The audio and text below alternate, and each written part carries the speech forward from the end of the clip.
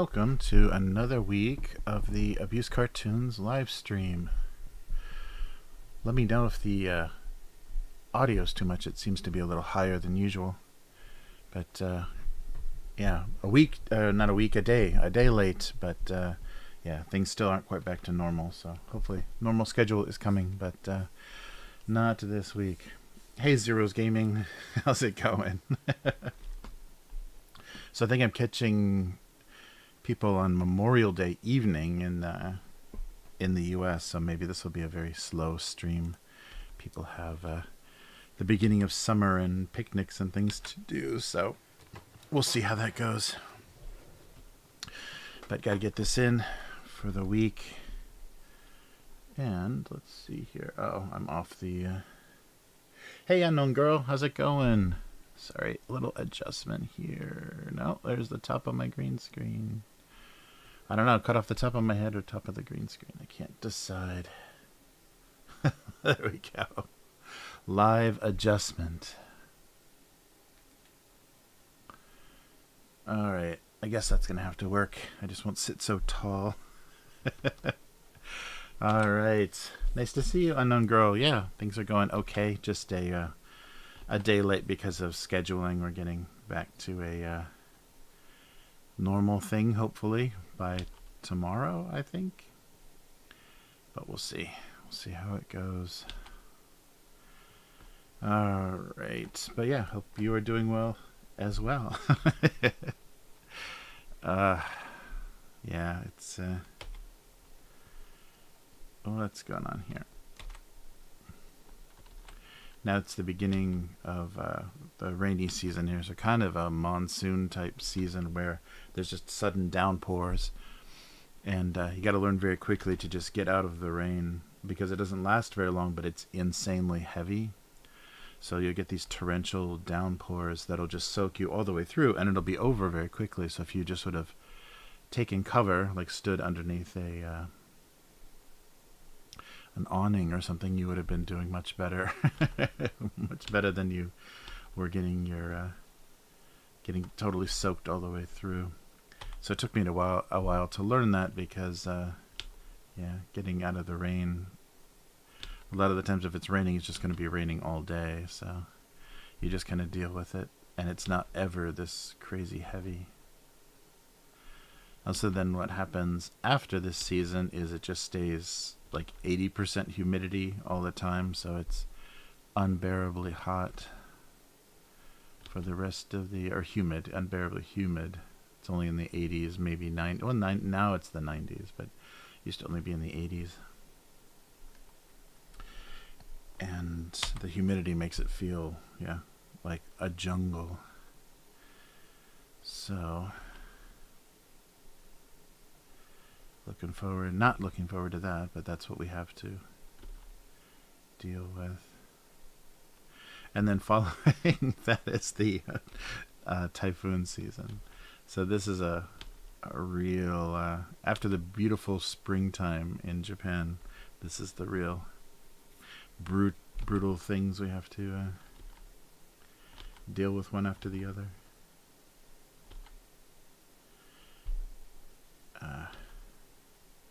Yeah, hopefully it won't be too bad. There's a lot of disruption of shipping and things, which the world probably doesn't need right now during September, because all of the typhoons that pop up in the China Sea, Sea of Japan, Indian Ocean kind of areas. I don't know if actually India, if it gets that far over. But yeah, a lot of Pacific Ocean shenanigans starting in September. That's why plane tickets get pretty cheap, because it's very unpredictable weather. I think I told you about the neighbors I have that have a standing reservation at a hotel.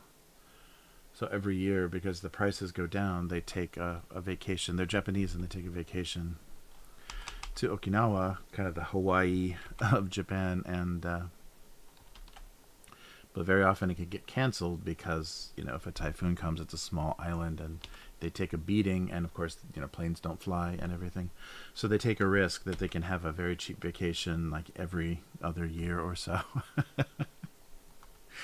Yes, that's an odd way to go about it, but I guess it's when it works out, it's wonderful.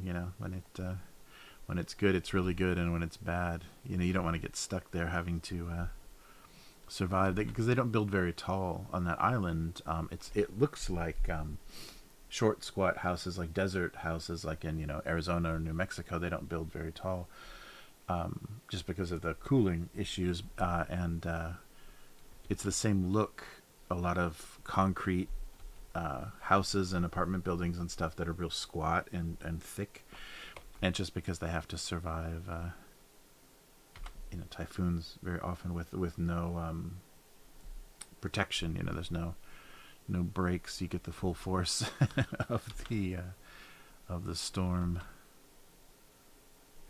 So yeah, the style of buildings is very strange there, but just to accommodate that. Oh, that's right. Yeah, opposite opposite seasons. Yeah, I can imagine. Yeah, now being really cold. So I guess you could always stay in winter or always stay in summer, depending on you got a house in northern and some southern hemisphere. You could just keep alternating. Wow. Which is I've heard in like Palm Springs is very popular. There's a lot of like Scandinavian people that have summer homes, not summer homes, the vacation homes, and they come for the winter. They leave the Scandinavian winter for a Palm Springs winter, which is very nice, a very nice summer, basically a desert summer, a very mild desert summer, because the actual summertime is really brutal. It's up in the 40s for Celsius, over 100, easily like 115 range very easily in the summertime. So every house has a swimming pool, and every house is kind of small and easy to cool. And a lot of retirees there because there's a lot of golf courses and things. But yeah, I've heard that Europeans with brutal winters like that area, because you can have a summer, a nice summer in the middle of your winter. Prices are probably much worse now, but they were not too bad either. It's kind of much more affordable than the expensive parts of California.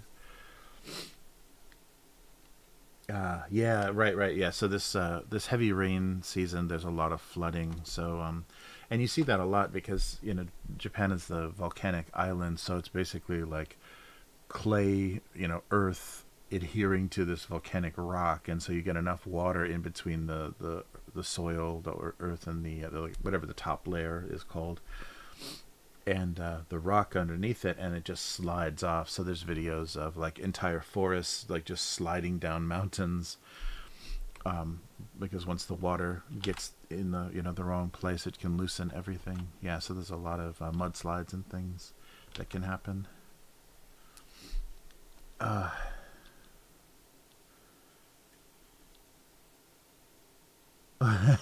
Yes.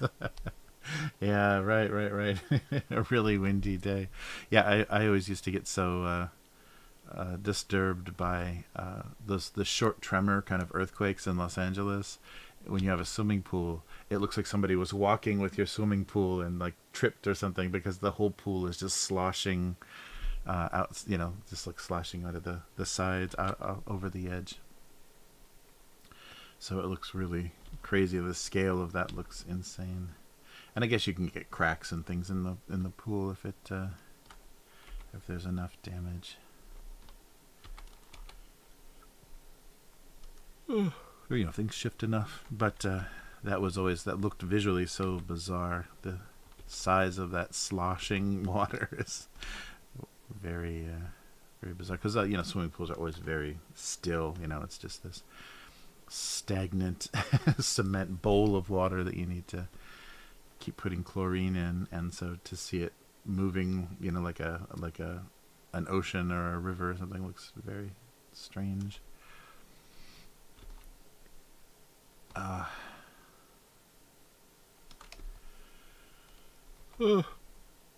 right. So I'll just try a variety of things and see if I get inspired. Yeah, so the beginning of this rainy weather is really making me exhausted. I never feel like I can get enough sleep. It's just so heavy, you know, it's getting the air is thick and heavy, and it's never sunny. It's always just gray. Oops.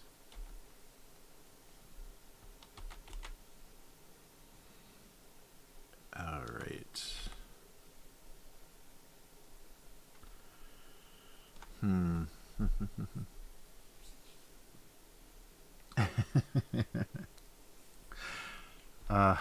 Yeah. So it's another week where everything is back to normal ish. Tomorrow will be the first like truly normal day, so we'll see how that goes.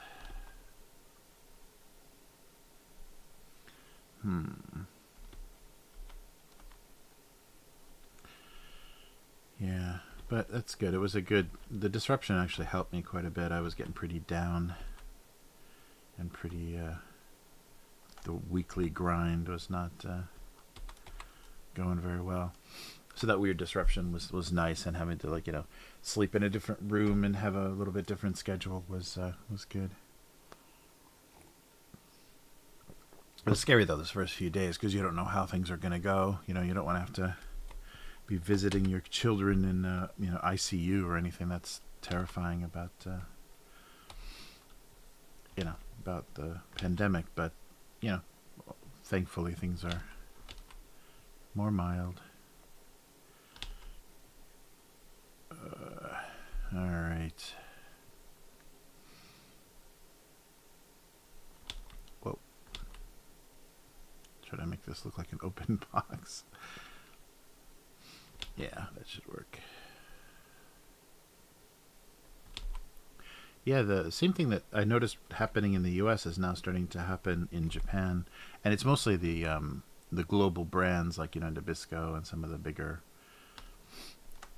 brands for crackers and cookies and stuff. Is they're starting to really extremely shrink the size of the packaging, and so the amount is much less, but the price doesn't come down kind of proportionally. So they are doing a weird thing where they're selling very cheap boxes of Ritz crackers or whatever, but it's so much less. It's like less than half of what the original contents was. So it's really strange. I don't know. They were doing that with soft drinks too in Japan. There was this 500 milliliter size that was very standard for, and it is standard in vending machines for all teas and everything.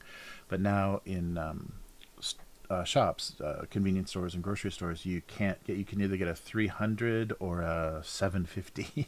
So almost a liter, and no, I think it's almost a liter. It is, no, I think it is a liter. So it's like 350 or a liter. It's very bizarre sizes now. So kind of too small and too big. They don't have that sweet spot 500 milliliter anymore. So I don't know what's causing that. I don't know what the idea is. And like I was saying too, it's not cheaper. It's actually they've raised the price of it, but because they changed the size, it's hard to feel that size change. Hey, K5, how's it going? Good to see you. Glad I could catch you. Is it still? Yeah, it'd be the Memorial Day weekend, right? Everyone had Monday off. Hopefully, maybe. Let me see what my bizarre calendar that's half in Japan, half in. Yeah, so Memorial Day was Sunday, so. Or no, Monday. Oh, Monday. Oh, yeah, Monday was Memorial Day. Okay. So that's right, it's Wednesday, so it is back to normal. So the day off would have been Monday. See how out of it I am. Yeah, so usually 3-day weekend, the start of summer and all that good stuff with Memorial Day.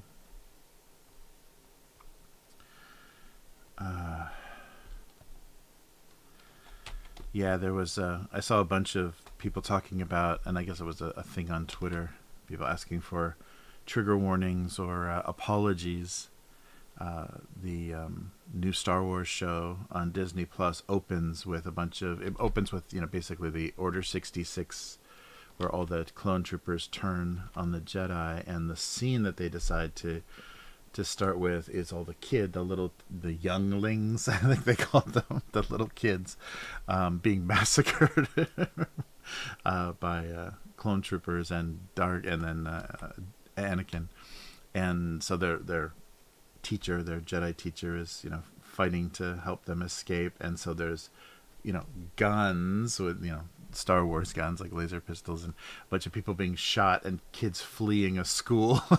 And a lot of people after the Robb Elementary massacre, a lot of people are like, what the hell is this? So really, really unfortunate timing for Star Wars there for Disney.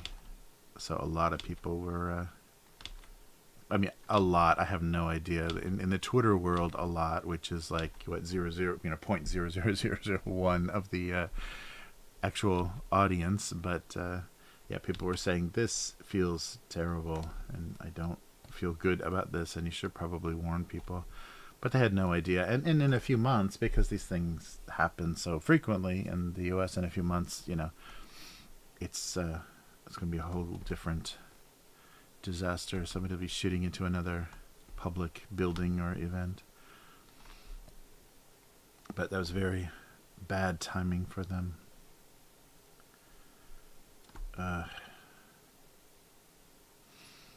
Yeah, and who knows? It's just it's impossible. You'll never be able to predict that stuff, which is means that stuff that looks like a terrorist attack or stuff that looks like a school massacre, maybe just don't do it. Maybe it's just not that important to your story. Hmm.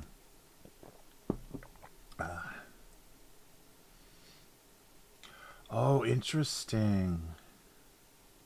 Oh, okay, 5. Yeah, I never thought about that. Yeah, that's right. That kind of the dent in the glass bottles. They just make that bigger and bigger, and the bottle looks the same size, but the contents is less. Yeah, yeah. I was noticing that in the U.S. too. The packaging looked big, but then there was like a vacuum tray or something inside that the compartments of it were even smaller, and the quantity, it's on the shelf, it looks like a decent amount of something, but it's the package is lighter, and then once you open it, you're like, wow, there's almost nothing in here. Kind of like that potato chip thing where they had to start writing contents may settle during transit or whatever. So you open a bag of potato chips and like 1/3 of the bag actually has chips in it.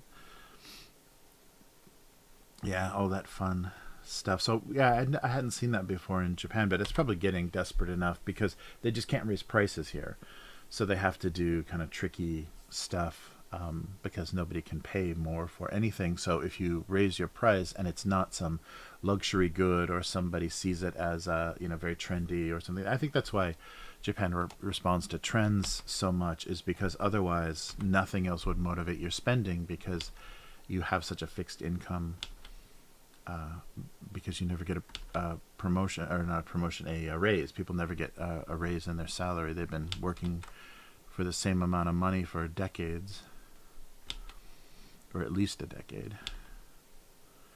And there's no, it's getting more possible, but it used to be impossible to get a raise by quitting your job, going to another company. Like, that was such a red flag here that people wouldn't do it, because it might mean that you could never get rehired.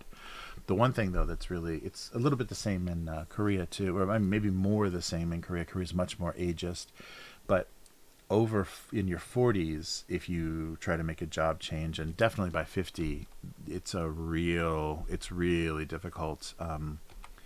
They are very ageist. You have to, if you're going to be older at a company, you're going to have been established, and being new and older at a company is just not going to fly.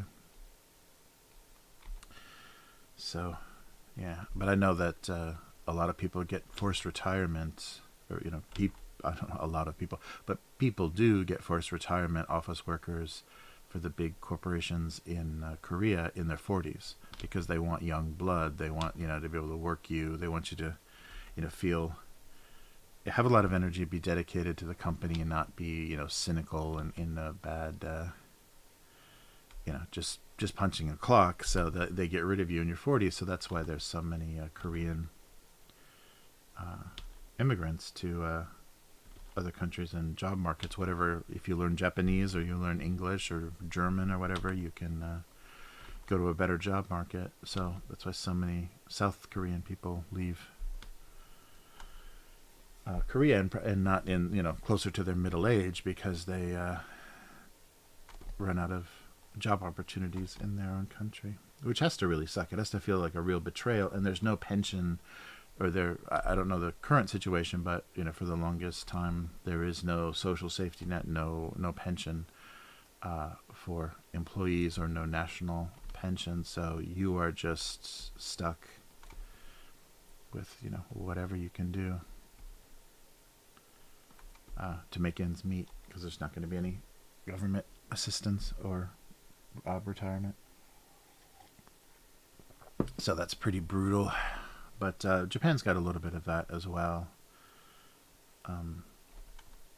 They would rather hire younger and more malleable people than maybe someone a little more fixed in their ways, which they're definitely missing out on a bit. But I guess as things get more based on everybody sitting at terminals, doing data entry, nobody's going to be bringing any skills to that with experiences, because things change. Software updates and ways of working updates, so any skills that you learn may be completely obsolete in a new position. Who knows? Yeah, it'll be fun, not fun. It'll be depressing to see what happens with the automation of certain jobs, like the low skilled jobs, how they're just going to turn into touch screen, basically vending machines. You won't be able to. It's already so frustrating, like Amazon and so many online companies, or Facebook or whatever. It's so hard to actually talk to a real person, and most of our lives are going to turn into that, where you just don't have access to humanity anymore. There's no such thing as customer service. You're just going to be talking to chat bots and auto responses, from email and things. That's going to get really depressing. And as the kind of my generation ages out, that's going to be so frustrating, dealing with like insurance claims and things, and not being able to talk to a human being is going to be terrifying, because the companies are going to save a ton of money and we're just going to be screwed. Because I've already had that experience where I'm like talking to a chat bot on Twitter with was it Sony or something. I quickly realized, oh, okay, so I'm not talking to a real person. This is just responding. And you quickly figure that out. If you just say something that's nonsense, they don't ask you to really clarify. If there's enough keywords in it, they'll respond. So they're not that clever yet. So yeah, it's pretty easy to figure out. There's nobody replying to you. It's really frustrating. But they save so much money on customer service.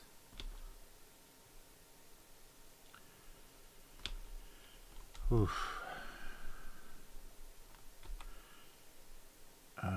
So I hope everyone is doing well, and summer has begun. Oh, I watched a little bit of the new season of Stranger Things. That show is already feeling like such an antique. It was part of a trend. I mean, I guess it created kind of an 80s nostalgia trend. So it's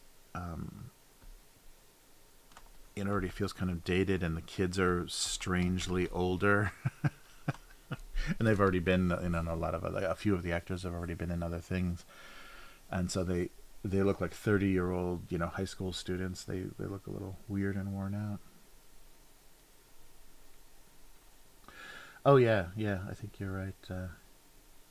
Oh yeah, K5. Yeah, no, nothing so far this year. I haven't. Yeah, usually as soon as it starts to warm up just a little bit, you start to get those things plinking off the glass of the upstairs windows and everything. But nothing so far. So maybe a nest moved or something. But when the real heat hits, starting like in July, I'll let you know. There'll be an update.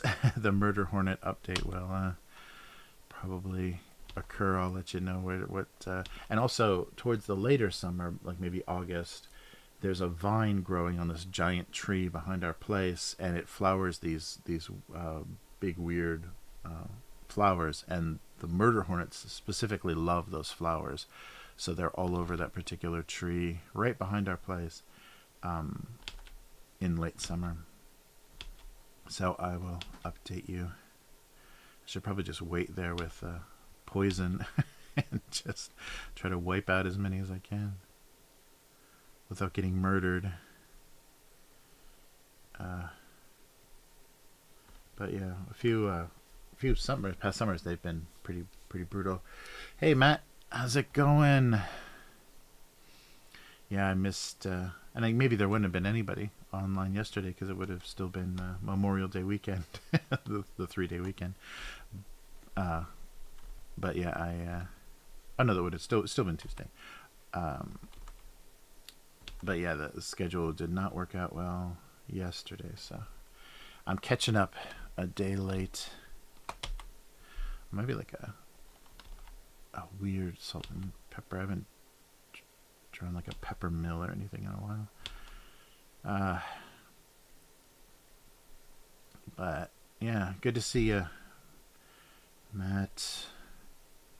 I gotta get my stuff together. Yeah, the tabletop channel, the YouTube channel's been doing well. I think the algorithm has been liking something. Maybe because of bringing so much when I did those videos for the different Kickstarters and things. It started bringing a lot of people from Kickstarter and Facebook to YouTube, and they love that. So when you're poaching other people's other people's members or other people's subscribers. So yeah, once the sources changed, things started going better. But the one Kickstarter that I was hoping to do more content for canceled, so we'll see what happens there. Oh no, K5's paycheck bounced. Oh no, that's scary. Because I pulled over a no insurance ticket, next paycheck, no one to find them, so they rewrote them, hand delivered them. The next day they showed up in the mail. That's insane. Wow, what a bunch of hassle, K5, you had to deal with. That's nuts. But yeah, I guess, a lot of companies may be dealing with that that kind of stuff, just trying to keep things going. That's really scary, though. That yeah, you could run into so much all at the same time. Yikes. Well, I hope that doesn't happen again, and they stay on top of things in the future. Yeah, I never had I've had mostly terrible jobs, but I've not had a paycheck ever bounce. But I always start working at a company the year that they stop doing bonuses. So I don't think I've ever had a bonus, a Christmas bonus or a quarterly bonus or anything. I've always worked at companies on there way down. So I just the only things I've had to deal with is like really late payment for freelance stuff. Companies playing around with the 90 days turning into 6 months. All right.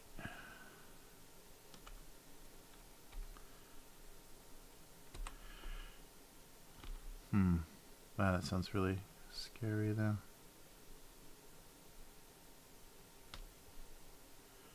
I guess that's kind of a peppermint. I don't know. Yeah, yeah, that's really scary.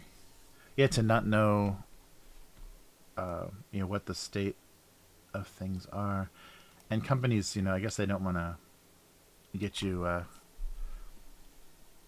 too paranoid, but they have to be, especially when you're dealing with credit and stuff. They have to be real transparent about what's going on, so that people don't lose faith and everybody just starts looking for another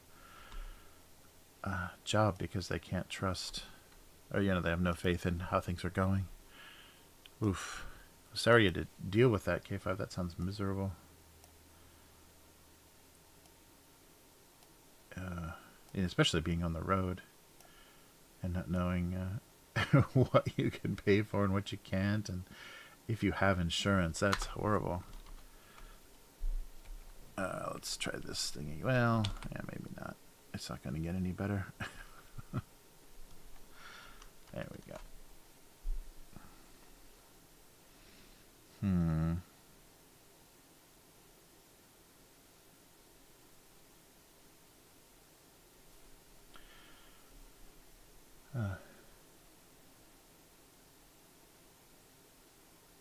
Yeah, yeah. Well, that's true. Yeah, I think financially, yeah, it's just crazy. The pretty soon it's just going to be like an urban legend where companies paid bonuses. I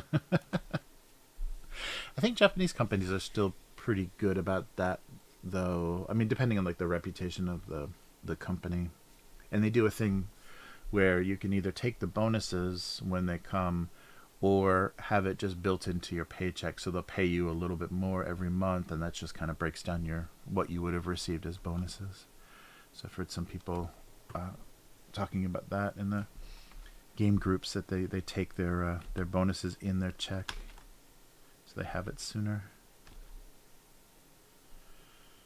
And maybe that helps not spending it frivolously, not feeling suddenly rich. You put it away the same as the rest of your disposable income, instead of just saying, hey, now we can go on a vacation. All right. Yeah, I think I'll do something with these kind of turned salt and pepper. Oh, they're right here. So put these up. I should go this one up. Put these in another layer. Something else, though. Yeah, maybe this weird fork. I don't know. Let's see how that looks. Yeah, maybe something, just a little peripheral thing, not involved in the main narrative. Oh, this one.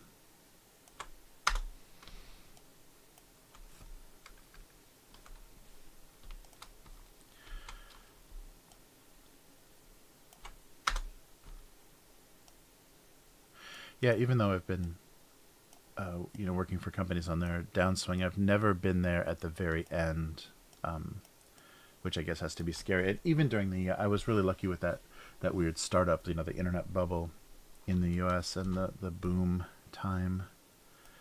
I was never at a company that completely fell apart during that time, like lost its funding or lost its investors and just bailed. Yeah, K5. It does keep it interesting. If you don't know if your paycheck's gonna go through or not, it definitely, yeah, keeps the blood pressure up a little bit. Yeah, I don't know, and we don't, people. I guess on social media and stuff, people can be sharing, but we really don't know how bad things really are. Because you wouldn't know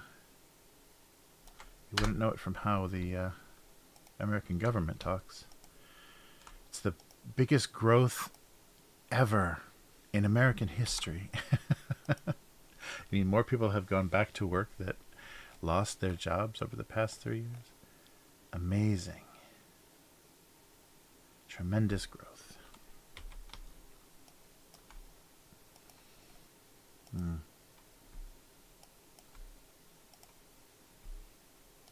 Oh, I like this box too. Maybe this box and this scoop are fun looking.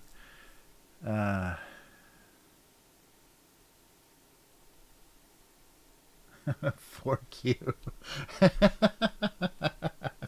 Nice. What the fork was all about. What the fork were they doing there? Alright. Salt and pepper. Alright, some of this stuff. Oh, so maybe like ice cream sandwiches.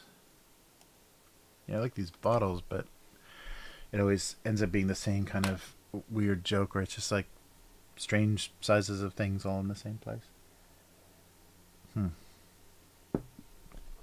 Let's see.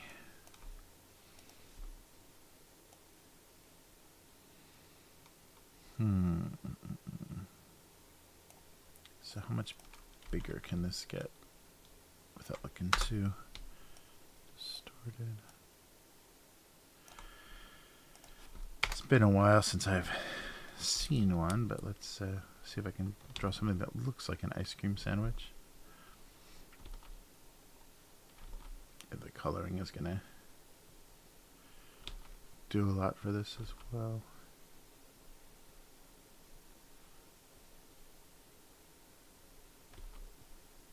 I was talking a little bit about it on Sunday, but yeah, if you haven't, the first part 1, season 6, is it season 6? The last season of Better Call Saul. The first half of it, they're breaking it up into halves, like they do, and the ending was great, very shocking, and one of those, final season type things, because now the character, nobody's guaranteed to survive. So surprising deaths. Yeah, it's so funny that became, I think, like starting with Sopranos, and then like Game of Thrones did a bit of that. People started to get excited when things all seemed, when people didn't have plot armor and didn't seem to be guaranteed to survive. Every season, that got people excited again for serial television.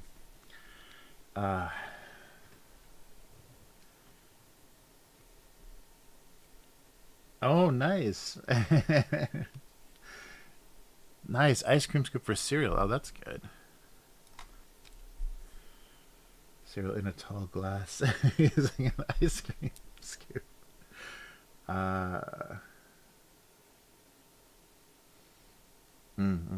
Yeah, this is the final season. Yeah, it's well worth it, and it's very bingeable. I don't think the seasons are very long, so it's very it'd be very fun to go back through. And if you know that character from Breaking Bad, it's even more interesting, because it's a prequel. Those are particularly hard to write because you know who survives, and you kind of know character development and things a little bit more, and so it becomes pretty tricky, but they're really good. I mean, the writers they've got, and Vince Gilligan is doing a real good job of making that show work as a sequel, and I think in some ways it's better. The characters are a bit more complex than some of the stuff that was going on in Breaking Bad, because Breaking Bad just felt like a downfall, and you wanted some sort of redemption, and they kind of gave Walter redemption at the end of that, which I don't know if it was earned or not. I don't know. It's just kind of weird.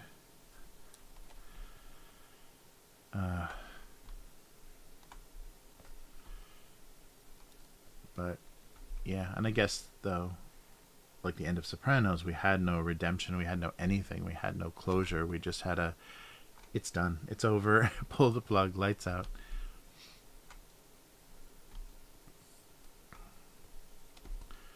Alright.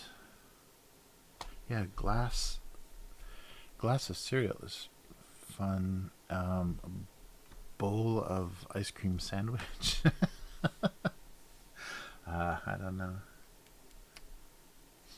Yeah, is that right? Is it 5 seasons or 6 seasons?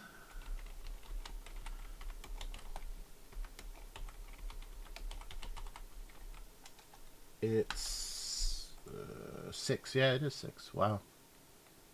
Yeah, that was the thing with Breaking Bad too. I think they were done after 5, and then AMC asked them, kind of to do another season, and it was good that they did it because that was a real event. Like so many people were watching that together. That was really fun to see how they resolve certain characters. Whoops. And things because they everybody was kind of caught up in the show and watching the final season together. I like when that happens. Which happens less and less when they just dump everything, which they may stop doing,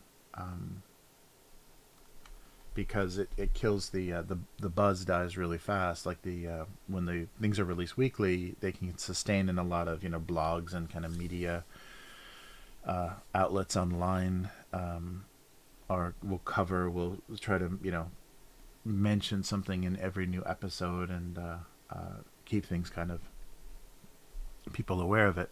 But when things get dumped, there's a little bit of a buzz and can you believe how that ended, and then it just kind of trails off after just a few weeks. But you can sustain it for months when it's a weekly release of episodes. So I think they're kind of thinking about going back to that, and it would be nice to have that more communal feeling, because now our conversations are always, when something just goes, a whole season goes online, people are watching it at different points or kind of gave up watching it at certain points and stuff, so you can't have a conversation about things because everyone's has a different experience of it. So the scheduled television, or at least weekly releases that people keep up on, there's a lot more kind of social value to that.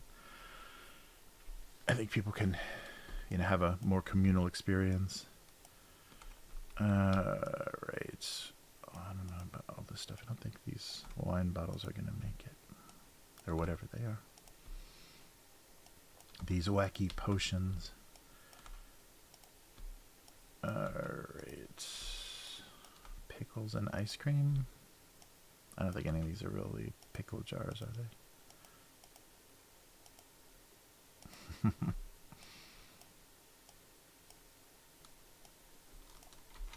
I think I've already told that story about my first daughter. The first way I suspected that my ex was pregnant is she asked me to buy chocolate ice cream and pickles, like a bad 50s sitcom, at the grocery store. And so I was checking out, and I think I didn't buy much else. So pickles and ice cream, and I think the manager was checking me out at the little grocery store, and he's like, you got a pregnant wife at home? And I said, I don't think so.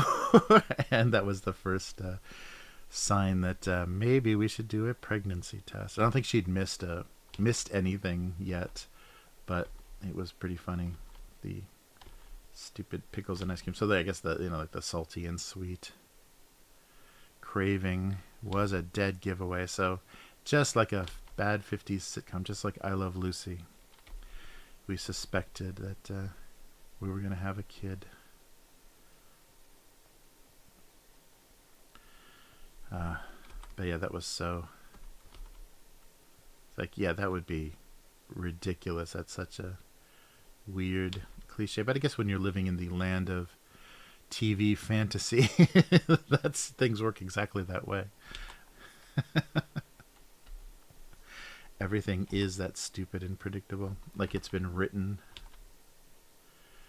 for you by some room of hack writers.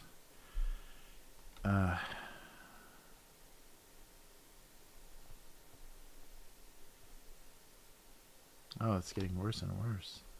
Alright, let's try this all again.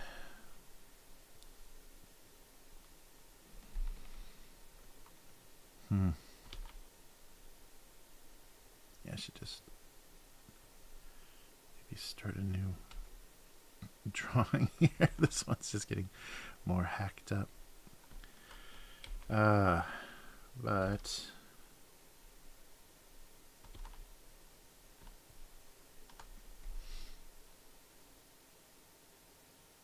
oh yeah, no, I didn't. I ate a lot of the same things that she was craving, though.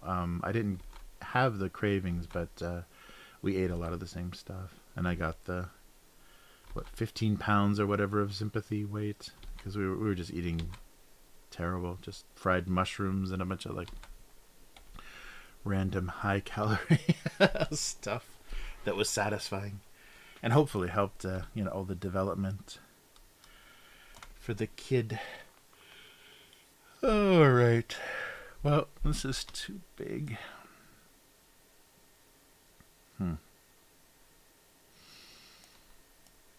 Yeah, I don't know what's going on. Yeah, just sympathy weight, no sympathy cravings. Oh, I think we had very different tastes, like food wise, so it didn't line up so well. But we just ate a lot of the same stuff, just because.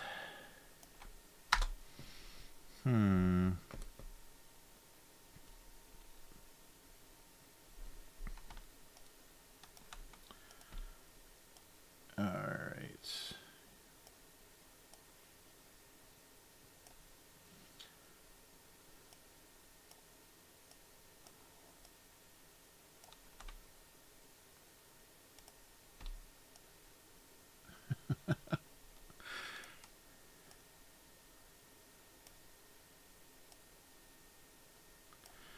So maybe just they were unprepared for an ice cream sandwich. I guess I don't need this guy.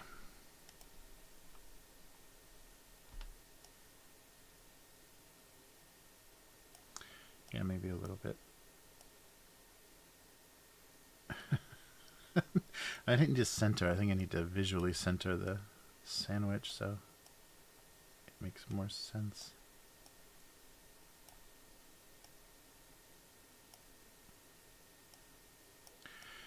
Ice cream in sandwich form. Yeah, maybe another possibly box of something.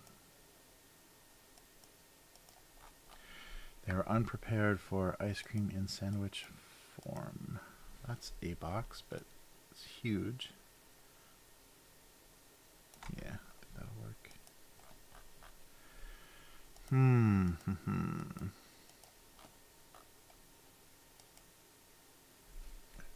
Something. Yeah, I just want to do something else to give this just a little bit more depth, to not have everything like in such a straight line. But I don't know. Maybe not necessary.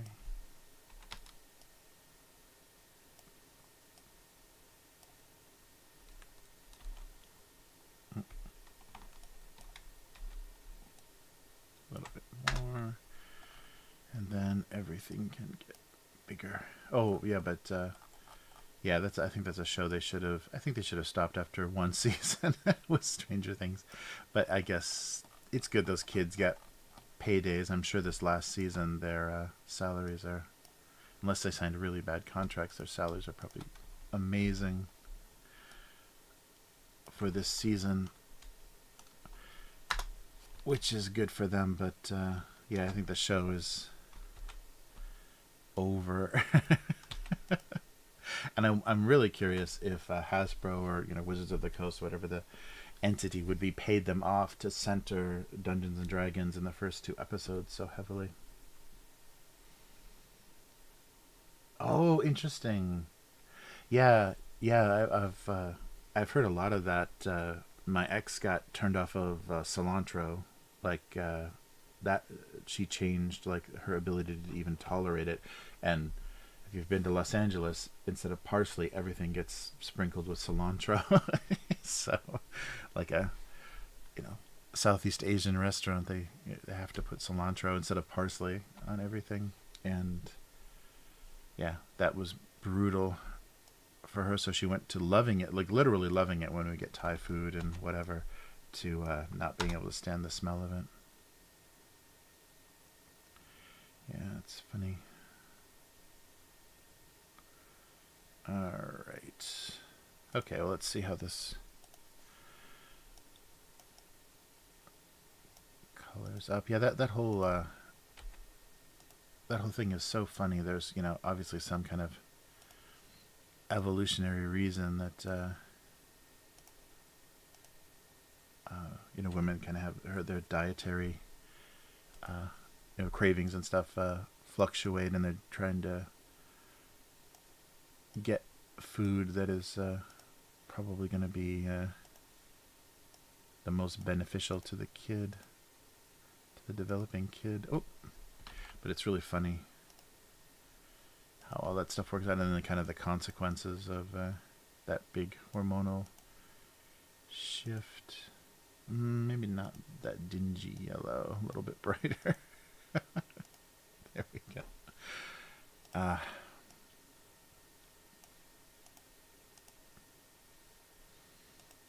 Alright, and some kind of warm, bright color, like an orange. Yeah. Sure. Maybe I'll make the white, the interior of that white, and some other colors on the box. Yeah, that kind of stuff is unpredictable, and it sucks too if something you really enjoyed becomes inedible. That big change like ruins it forever.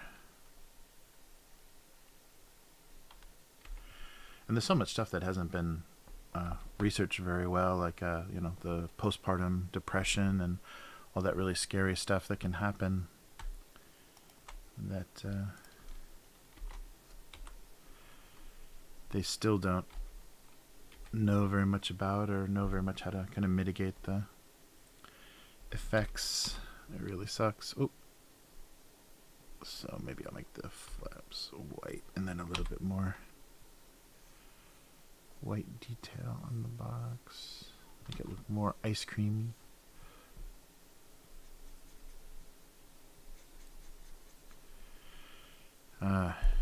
Yeah, it's really really funny.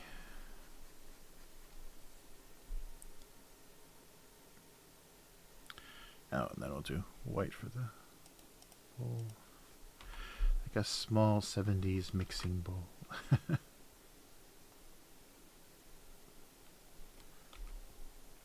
Alright. Yeah. Color-wise, that's okay. I just don't know. Content-wise, if it's going to be very interesting. We'll find out.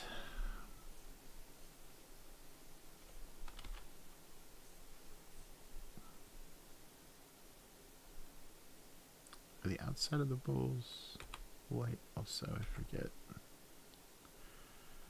Maybe this part as well. Let's see how that looks. I forget if there's a oops.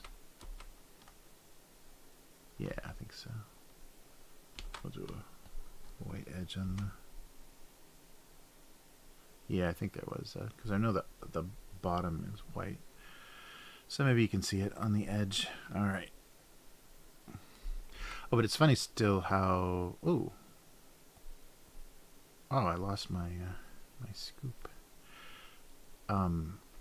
It's funny how still Netflix has so much influence. They said the Kate Bush song that they literally used for not even 10 seconds in the maybe first episode, like went to #1 on iTunes immediately. So it's so funny that how much influence that kind of stuff still has. Like they're still getting response, but who knows? I mean, maybe it just takes like 100 people at the same time to be downloading something for iTunes to jump. Like a New York Times bestseller, you sell 1,000 books the first day, and you're a New York Times best-selling author. So who knows what that actually means? We give it probably more credit than it deserves. And maybe that's also, a flex, a Netflix flex. Netflix trying to say that they're so culturally relevant, even though that show doesn't seem to have any necessity anymore. I think we've already moved on to like 90s nostalgia, so all this weird 80s stuff done by kids that never lived in the 80s is getting a little odd. Yeah, one of the so it's 86 in the show, and one of the, they always screw this up, one of the things on the bedroom walls of one of the kids is a Cure Boys Don't Cry, like original poster, that kind of weird tropical kind of geometric tropical looking poster, and nobody listened to the Cure, especially in America. Oh, is that the compilation album? Oh, okay, that was the cover of the compilation album. So when's the release? Yeah, 80. It was released in 80. Yeah, because the Cure started, like, their first album was like 79, 78 or 79. Yeah, so this was just a collection of their very earliest stuff, which in 86, so it was another year, I think, before Standing on a Beach came out, the compilation of their whole career up to that point, up to like Head on the Door or whatever. So to have a poster of the compilation album from 1980 on a freshman kid's, this just doesn't make any sense. It just is insane, because you don't even have very good musical taste until you get to high school, and they just started their first year of high school. So they always fuck that up. They did that thing. They had a like The Thing poster for the movie The Thing when it had just come out, and there's nobody that would have had that poster, because that nobody liked that movie when it came out. It got really bad reviews, and it was only successful on cable and rental. You know, that's when it became popular. So they don't pay any attention to that. I think it's just all, you know, kind of member berries, kind of like, oh yeah, let's put that in there. But it's all very inaccurate. So I would think, with how you know, autistic a lot of fans get about that kind of stuff, that they would try to be a little bit more careful. But they're still, they're still doing things that don't make any sense. And maybe it's just really bad prop people or something. It's just people that didn't live through it and are just kind of like Googling, oh yeah, this is so 80s. It's absolutely not. I guess, though, the real 80s would be so depressing, so allowing them some artistic license to show actually good things that happened in the 80s, instead of all the cheese and garbage that people were listening to.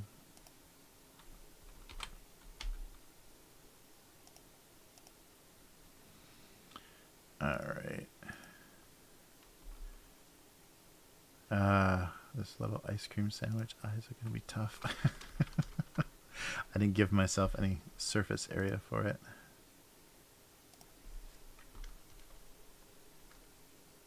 There we go. All right, and something.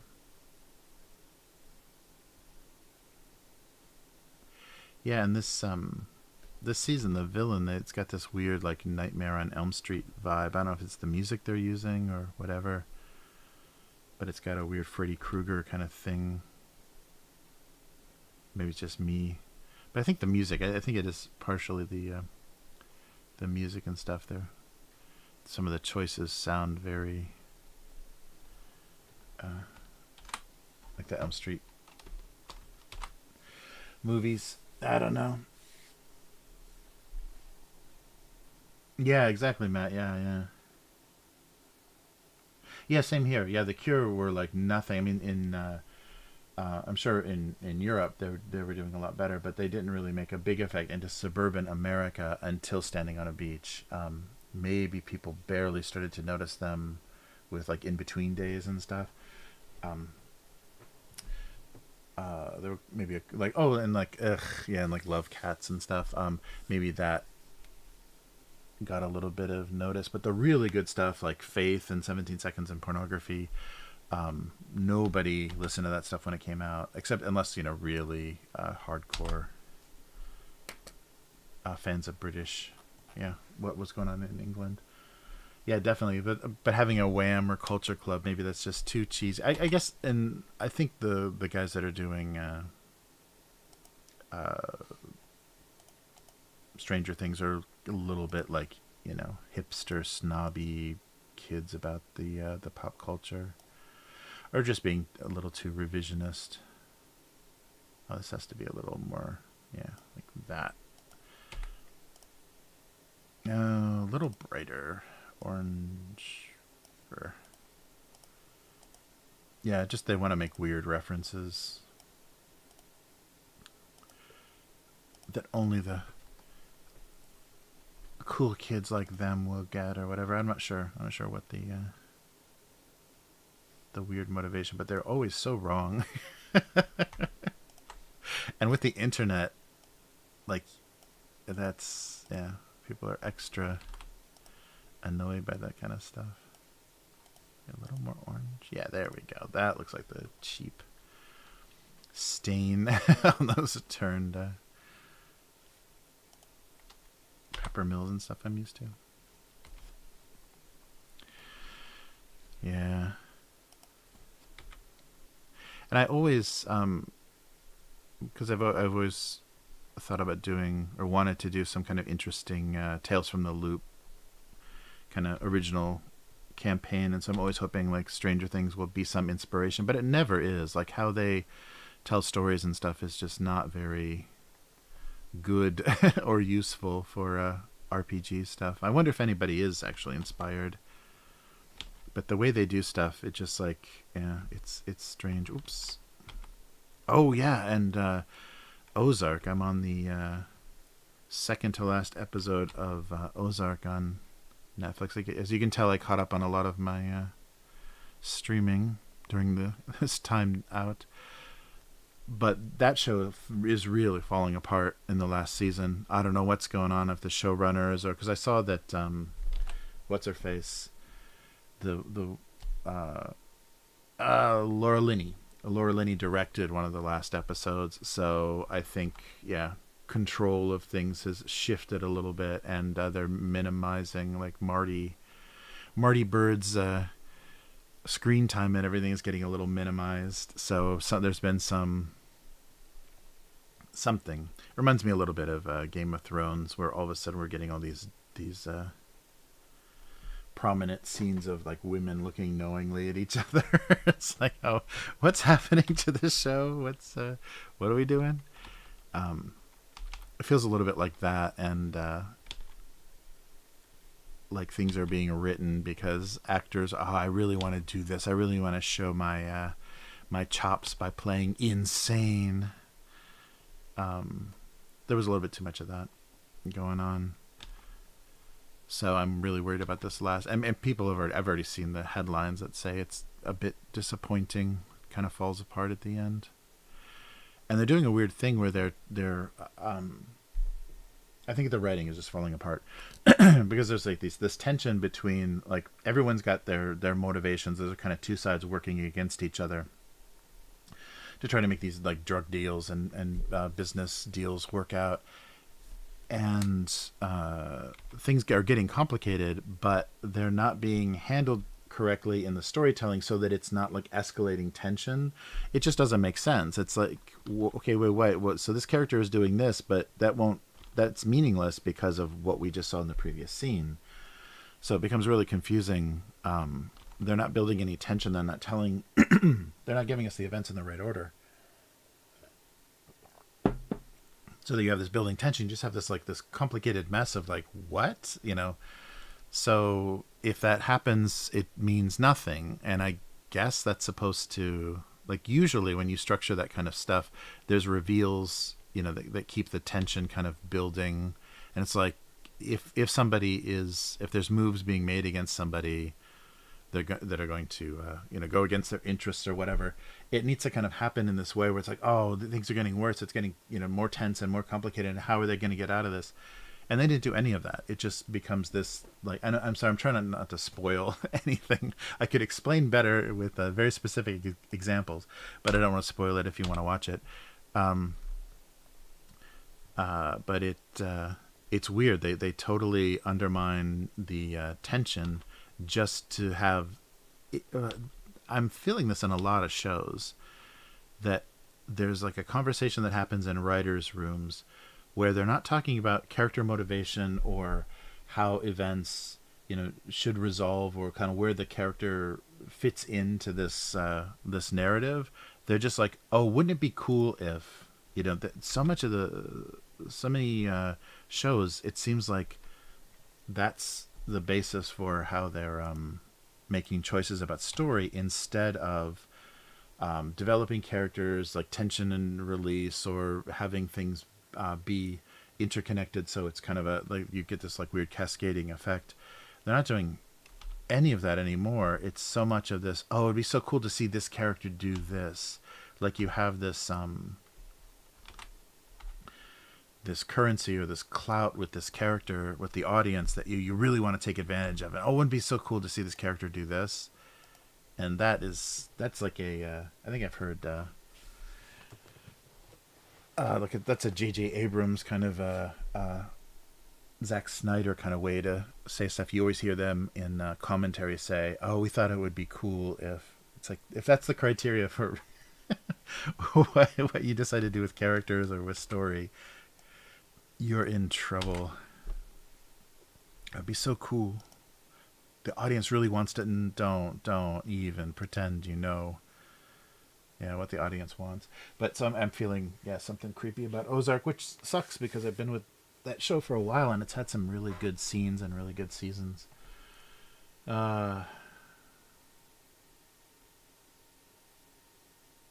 Ozark is really good. I think it's just gonna let us down though. It's gonna let us down.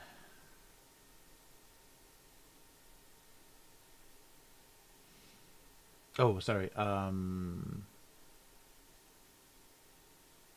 Oh no, Andy Fletcher died. No way, I didn't know that. Oh no, I didn't see that in the news.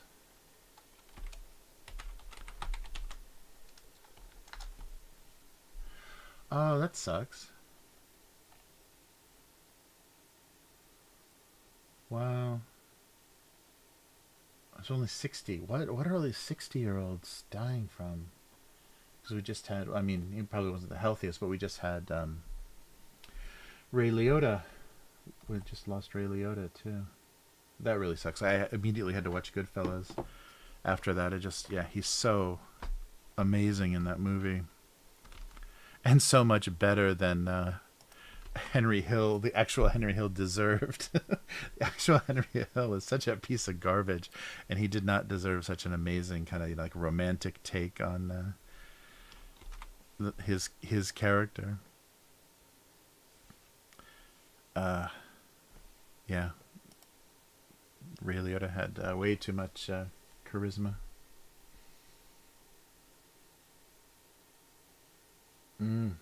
That's crazy. Wow. Well, I'm worried. What's going to happen with what's left? Although, have they released anything recently?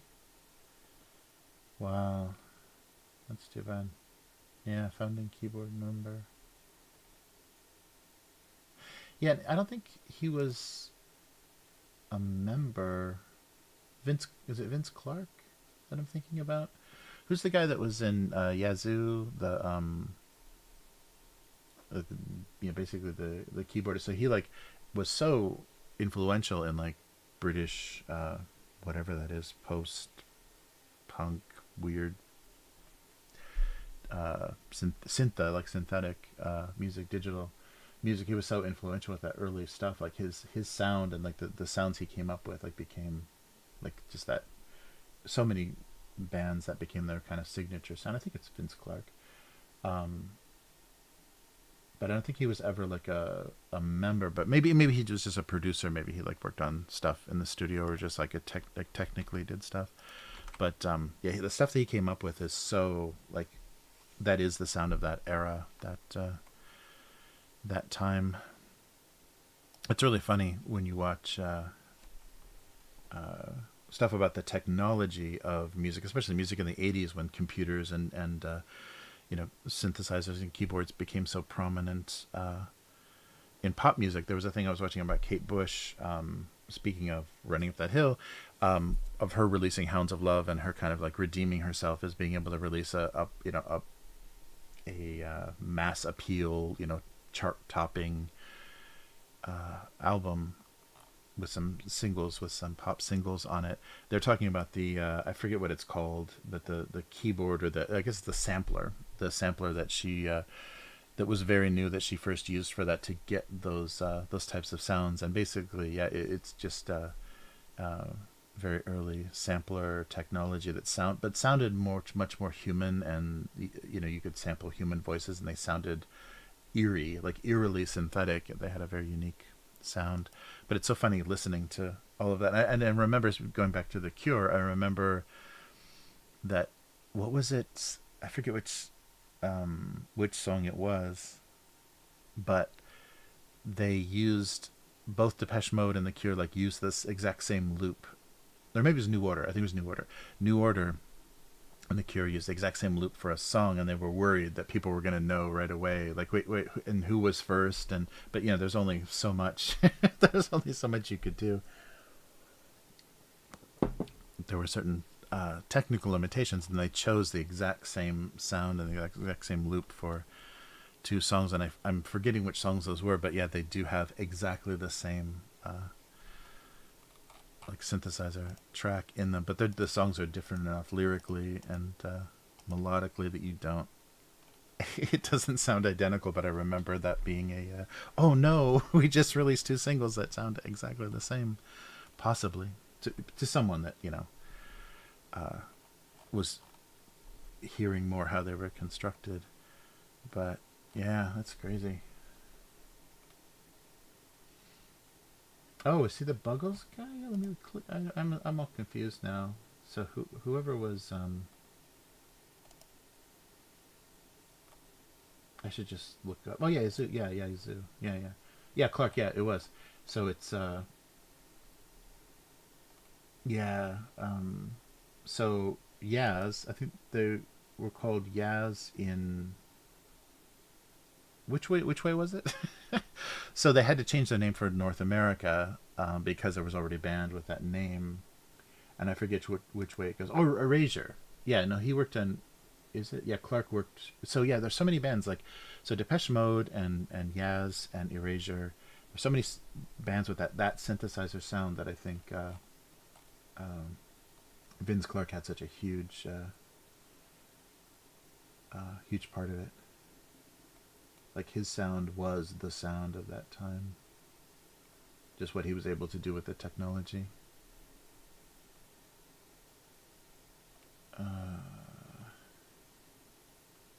Yeah, it's funny. Yeah, I forget which way it went.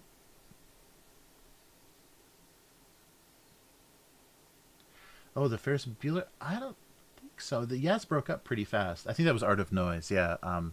Yaz broke up pretty fast. They were only together for a couple of albums. They're the ones that the album covers were always the mannequins, sitting at tables, mannequins in relationships. That was what it looked like. Their album covers they never showed the members' faces, and it was just the singer. It was just Alison Moyet and Vince Clarke. So he did the music and she did the vocals. But yeah, that's yeah. There was just what was I just watching that just had the the Office. I watched the British Office, so the Christmas special when I don't remember the British name, but not Jim and Pam, but the Jim and Pam characters, the original ones, when they kind of got together, they were playing that Yaz song. So that was in my head. Yeah, after that. Yeah, that Only You song by Yaz. That I just heard that because it was playing at the Christmas special of the British Office.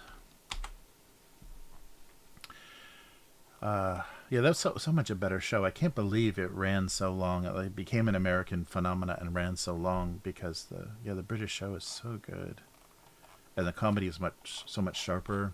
The writing is so much better. And that first season when they were just basically like Americanizing the British version just didn't work very well at all. So I thought for sure that show was going nowhere, and then it just took off. I guess it found an audience, and they found their own writing style and everything. That snarky sitcom style with looks at the camera. Oh yeah, I haven't seen that. I haven't seen much Always Sunny. Yeah, that Ferris Bueller music. Yeah, that was relentless in that movie, wasn't it? I can imagine there's some. All right, so we got both of these colored. Some fertile territory there. Let's try. Let's see if I can find the right window. Yeah, sorry, all the very, very dated music stuff. Everybody that's not heavily middle aged. Let's do some comments. But yeah, listen to some of that stuff. Go back and listen to Yaz or Yazoo, whatever they're called in your country. Oh, I can put it here and we can still read the comments. Yeah, see what you think. It's definitely music of the time. It definitely sounds like of that time, but it still works really well. It still has good. We are too old. Everybody younger than 50 is like, what are the old people talking about? All right. So let's take a look at some comments. So yeah, for the 31st. So yesterday. Oh yeah, that's right. So this actually went out. So an old-fashioned taffy could not compete with this level of candy bar complexity. And let's see how the older people in the comments reacted to this. These days, with a little effort, you can find most of the vintage candies that were around when I was a kid. Sometimes they bring back great memories, Von Maple bars for me, and sometimes they are a bitter disappointment. Bit of honey. Oh yeah, I remember bit of honey being good, but maybe it wasn't. Many of those old sweets were not as sweet as we've become accustomed to. Oh, interesting. Yeah, that's a good point. I gotta click on the right thing.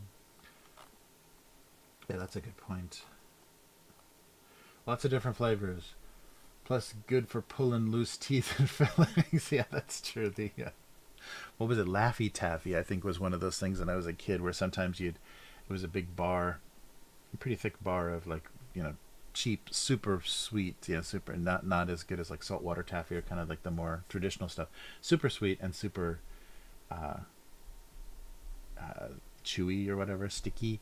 And so you jam that thing in your mouth and take a bite down with your molars, and you'd be like, okay, I can't actually open my mouth. I'm not gonna be able. My teeth are gonna all be stuck in this thing. I'm gonna try to open my mouth, and my teeth are just gonna be stuck in a row in this big bar of taffy. I remember having a couple of scary Laffy Taffy moments where the flavor was good because it was so like sour and extreme for that time, but it was a little little hit or miss whether your teeth were going to actually come out of some of that stuff. All right, so the May 26th was that many office donuts would make any lunch feel irrelevant. Wow, get a little bit of response. I saved the holes for later. Nice. Sugar. I need sugar. I don't need added sugar. I'm sweet enough as it is. Empty donut box. Let's see. What did I... Yeah. Alright, I think we may have covered these already. So May 24th, the strawberry jam. Being jealous did not make him jelly. Yeah, we already did. He was trying to preserve his dignity. Alright, yeah, so we've gotten this far. There we go, look at that. Greasy, French fry, apple pie, and the salad, the mixed salad or whatever they call it. Container. I don't think that's the right container, but it looks fast food enough. So he claimed to be the remains of a fast food salad, but such a thing simply should not exist. Oh, nobody liked it. Exists if you eat it fast.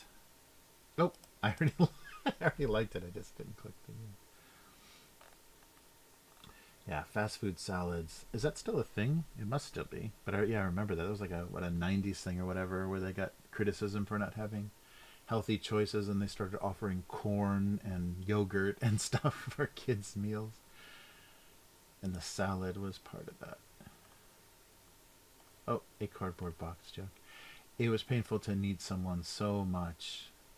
He wasn't a box without tape.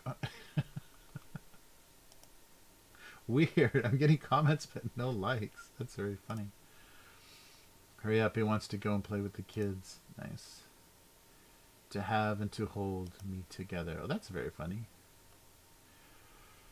He's hoping they patch things up. He falls apart without her. Yeah, good job there. Oh, Nicole is vaccine boosted, so she's still active after 10 years. She must still be active. Unless 10 years ago she was vaccine boosted, which would be strange. I don't know what disease that would have been for. Nice. Okay, some more random. 2010. It contained a pair of incredibly ugly but very reasonably priced shoes. Wow, yeah, nobody was liking. Everyone was just commenting. At least he's containing them, so no one will see them. It was from the Container Store, Joe.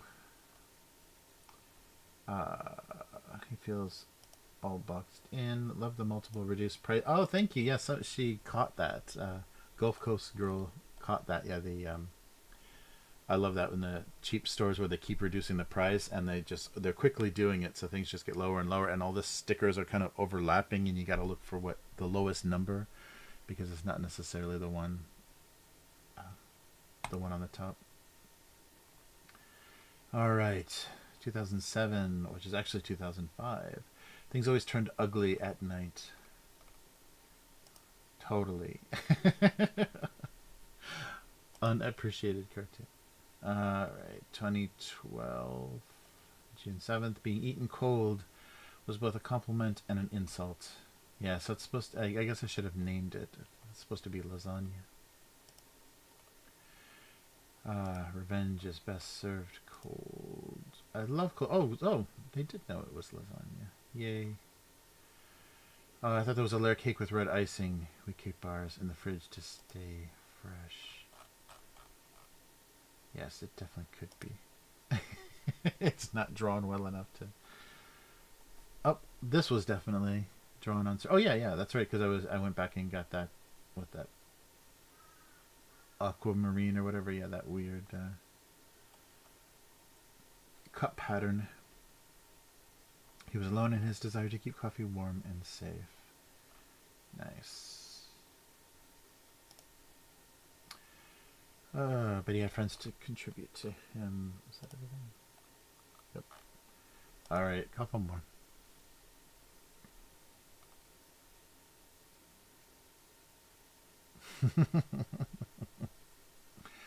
Yes. Oh, here we go. Christmas lights. Is this digital? 2015? Maybe, yeah, the very beginning of digital. Wow, when I was still trying to draw complicated things. Until the exact moment they were unplugged, year-round Christmas lights seemed like a reasonable idea. Okay. Oh, we've already read this as well. At least they only have to wait a year before they're back. Alright. Yeah, nobody was liking and pinning very much in the past. Maybe it was something that with the new... it was more useful or encouraged in the new website. So the older website, yeah, nobody did that. The boxes felt used and empty, but still open to new things. Alright, wow, 9 comments. Yikes.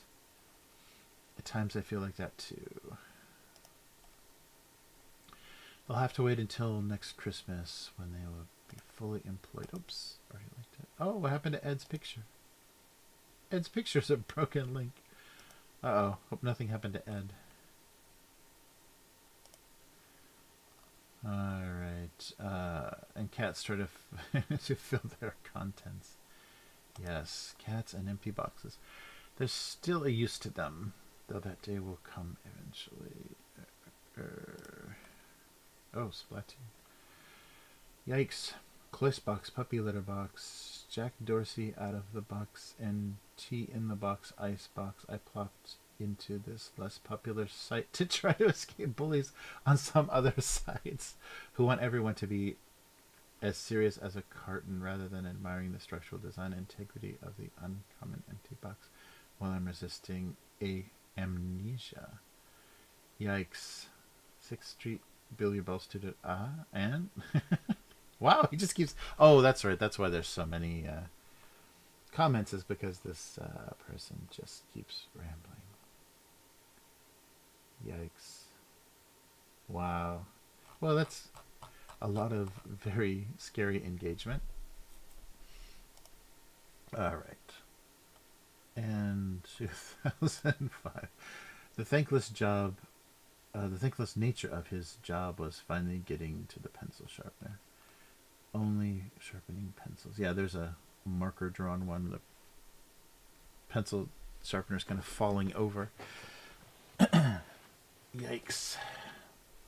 I can't believe I got syndicated based on some of these earlier cartoons. There's not even eyes on the pencil. Wow. All right. Let's get back to the writing of more nonsensical jokes.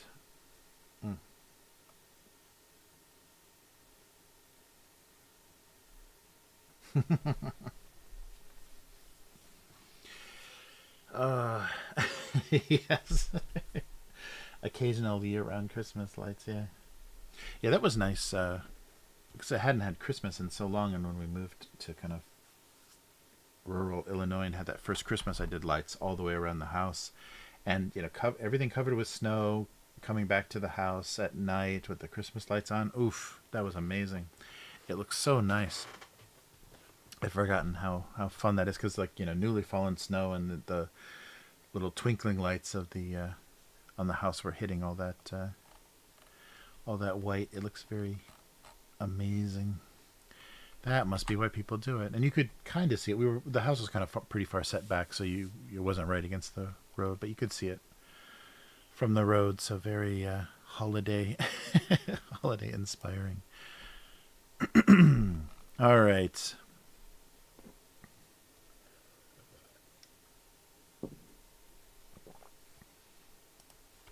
That was back in the days when cell phone cameras were garbage, so I don't think I have a decent photo of that either, which is too bad. All right, so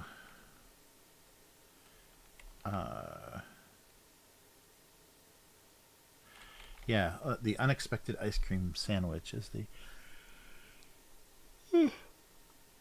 idea. So they had prepared themselves for the wrong type of sandwich, the wrong type of ice cream.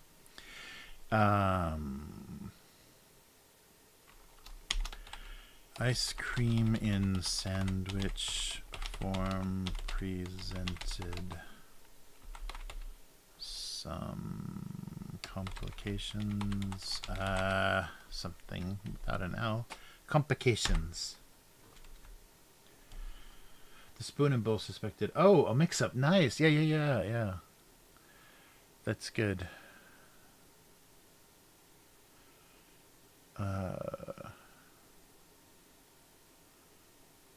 Yeah, there had been some sort of dessert miscommunication.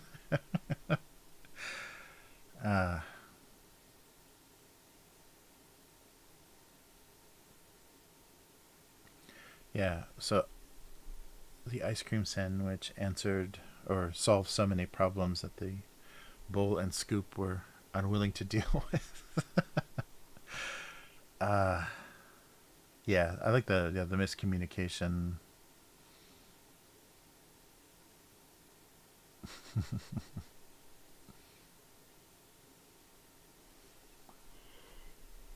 Yeah, so miscommunicating or unnecessary. Yeah, I like that mix up.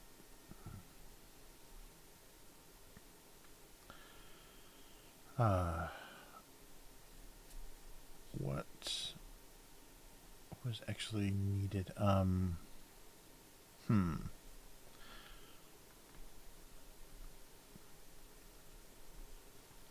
the ice cream sandwich defied a lot of dessert expectations.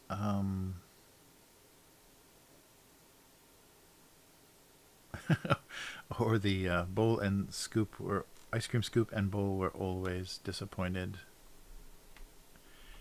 at sandwiches.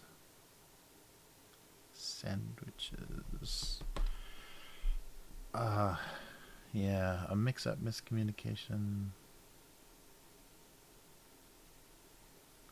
or more self-sufficient or self-contained.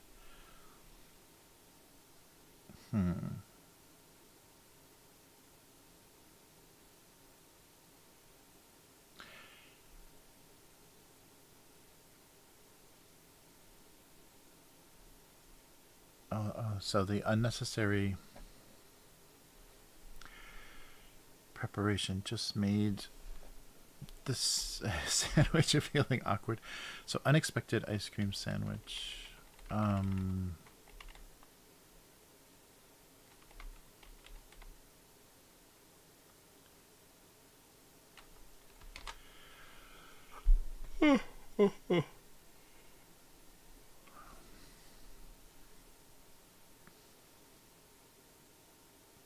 There was a whole world of ice cream that didn't involve them.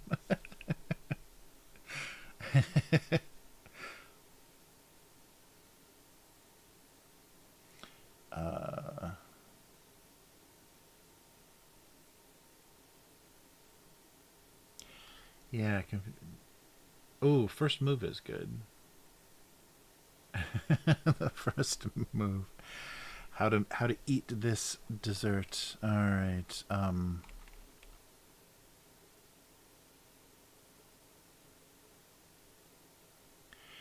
The feeling of being left out or being unnecessary,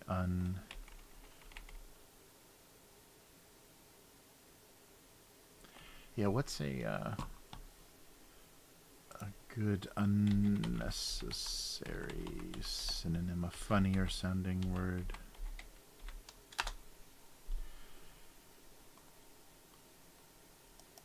Oh, there's so many. Oh, yeah, that's right. Dispensable.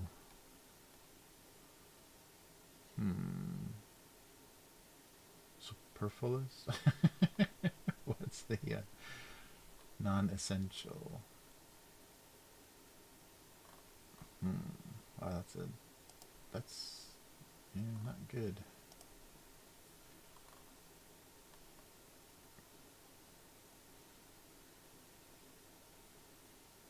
Needless, unessential, unwanted, gratuitous.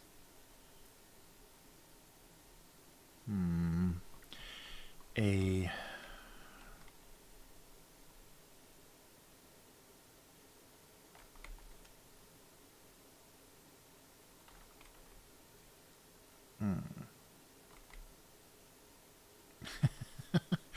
So occasionally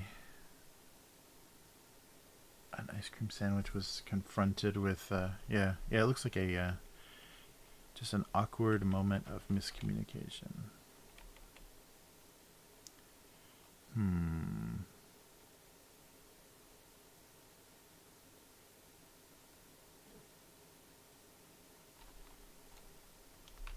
Something. Oh, I'm not on the page anymore. Something.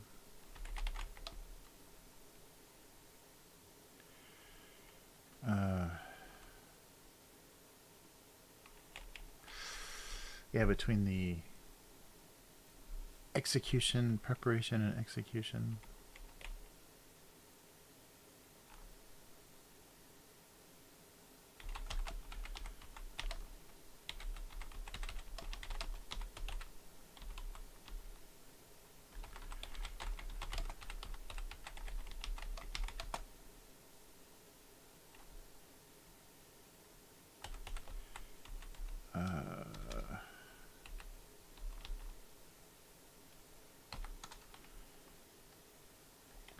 Operation Ice Cream for Dessert. Something was lost between the preparation and execution of...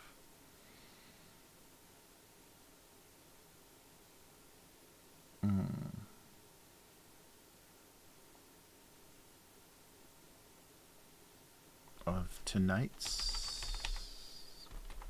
dessert.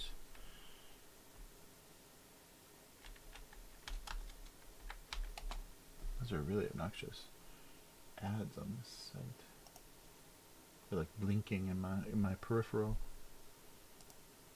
vision. Alright, see if there's any other needless, unwarranted, pointless. Yeah, pointless is good. Superfluous, uncalled for. Uncalled for. Something was lost between the preparation and execution of tonight's dessert.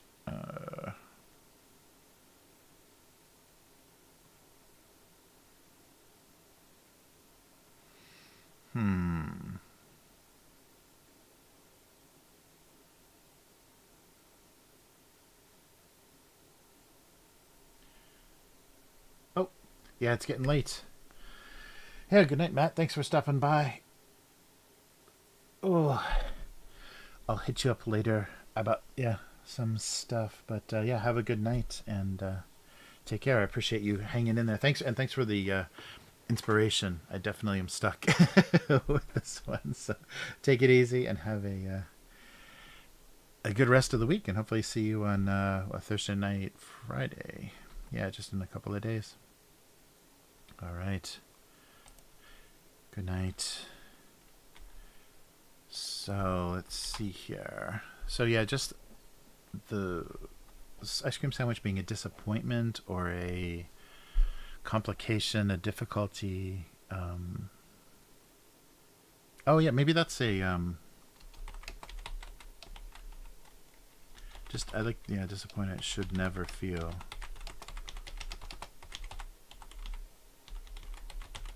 That's kind of quick and straight to the point. An ice cream sandwich should never be made to feel. Should never what? Should never like what? Feel like. Ooh, I missed a lot of words there. An ice cream sandwich should never feel like a different. Should never be allowed to feel like. Should never be.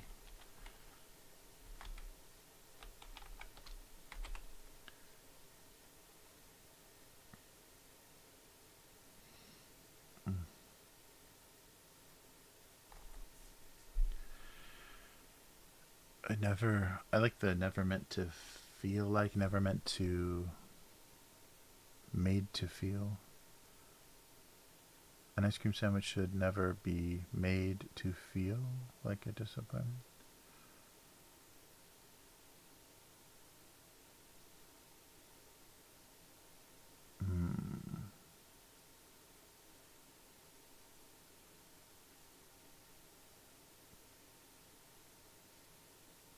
Disappointing.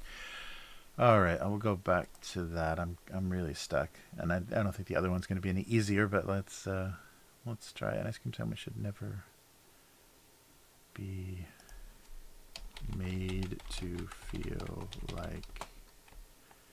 Very wordy.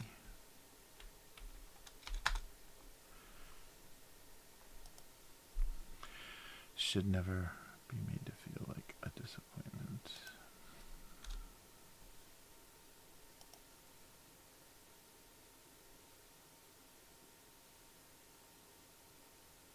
Made to feel disappointing.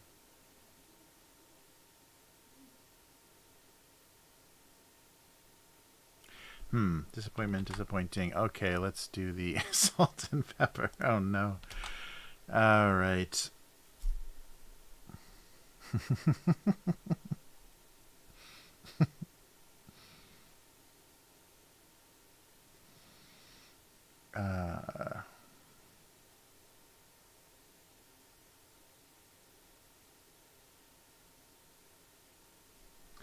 Something about siblings. Never feel like, yeah, yeah. Yeah, it never feel like. Oh, it just fits too on one line. That's also a good thing. Be made to feel. So something about siblings. They felt like siblings rather than a couple.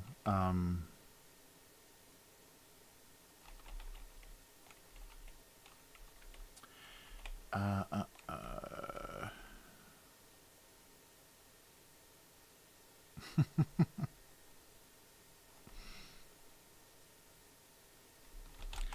As a couple, they mistaken for siblings.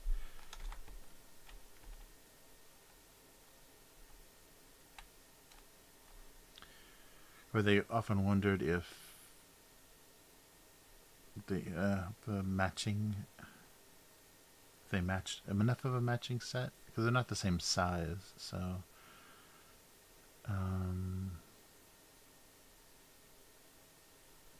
or they're stuck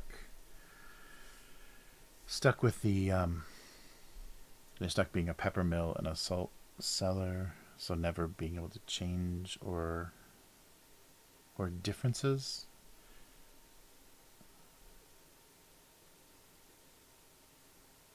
Despite their similarity. Despite their similarities. Okay. Despite their similarities, that's not great.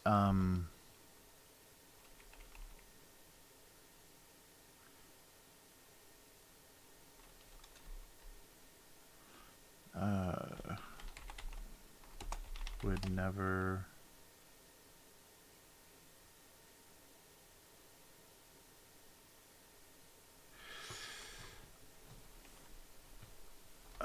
know exactly what it no. To be the other. To be maybe just randomly hit the keyboard until words start to form that makes sense. So they're similar but different, or something would never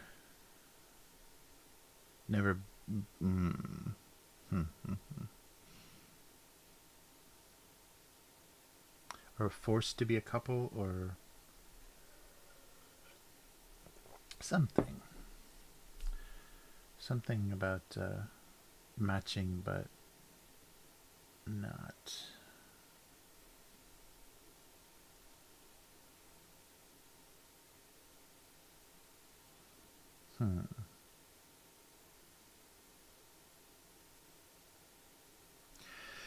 Yeah, I was trying to think of that idea of being a boring choice because it was so obvious. Yeah, obvious that they were that they would be together.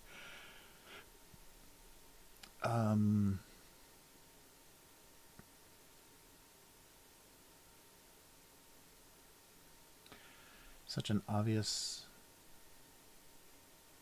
boring, predictable something.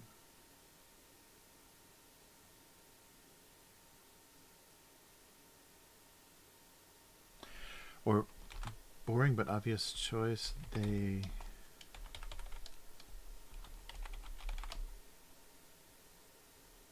But necessary. Something made it necessary or made it inevitable. Yeah, inevitable is pretty funny for something so stupid. Oh yeah, that's the felt that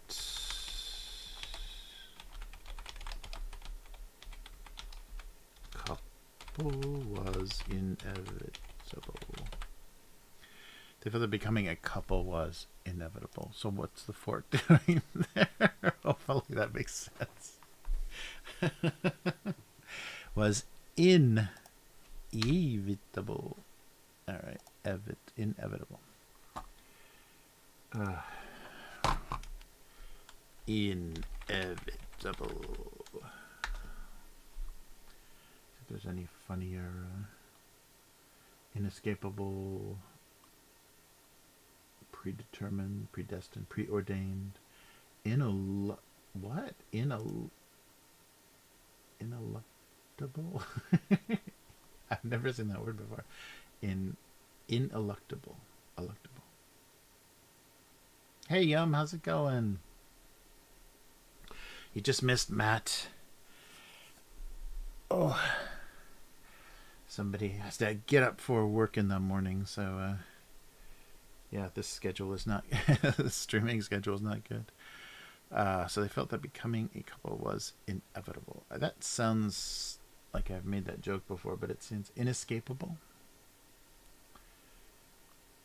I've never seen ineluctable ineluctable before. Predetermined, predestined, preordained, fated, certain, unavoidable.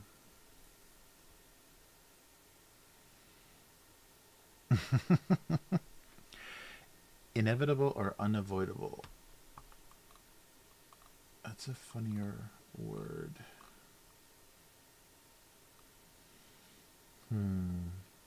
Assured, destined, fixed, inescapable. Inescapable. Maybe they felt that becoming a couple was inescapable. Inexorable.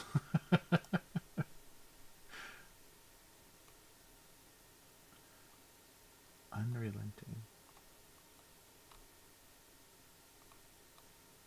Implacable. Yeah, no, that's getting a little bit away from the meaning. Felt that becoming a couple was inevitable. Oh, I made a New Orleans shrimp boil today. Oh, wow, that sounds great. K5 was talking to his mom. All right. Yeah, I think I've made this joke before, but I think that's the best inevitable. Inescapable or inevitable?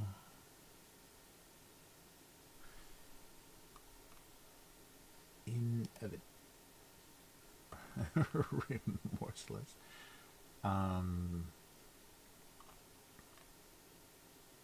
Unavoidable.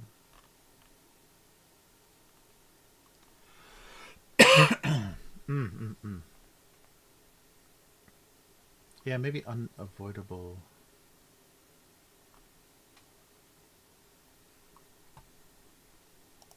Unavoidable is, I kind of like that instead of the destiny sounding thing was just too obvious. Or being a couple, becoming a couple was just too obvious. I don't know. And they had a little fork friend. They felt that becoming a couple was unavoidable. Expected. Whew. Jeez. It's this weather. It's weird. Relentlessly wet weather. I guess I can't move to the northwest of the U.S. Predicted. Hoped for. Long awaited.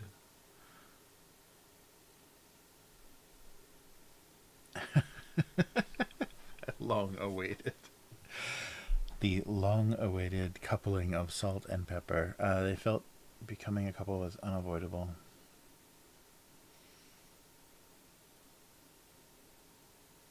Or maybe two, like, was predictable and unavoidable, was cliche and unavoidable.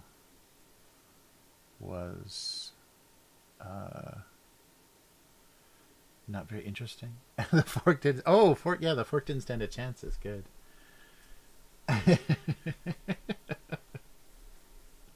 Yeah, the fork is completely out of it. The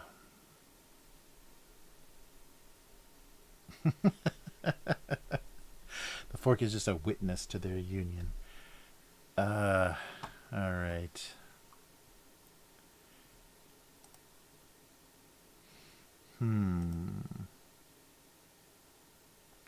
Becoming a couple, their union. Arranged. Oh. Arranged marriage was never so delicious. Yeah, them being similar. Yeah, like looking very similar. Arranged marriage might be funny.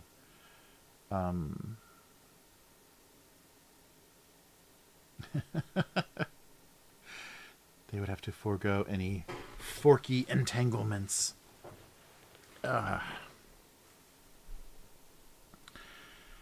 right. They would need to relinquish all other. Let's see.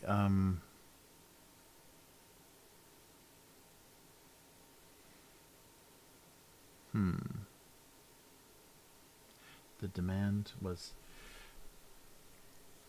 too much. I felt that becoming a couple was unavoidable. Even though there was a perfectly eligible fork.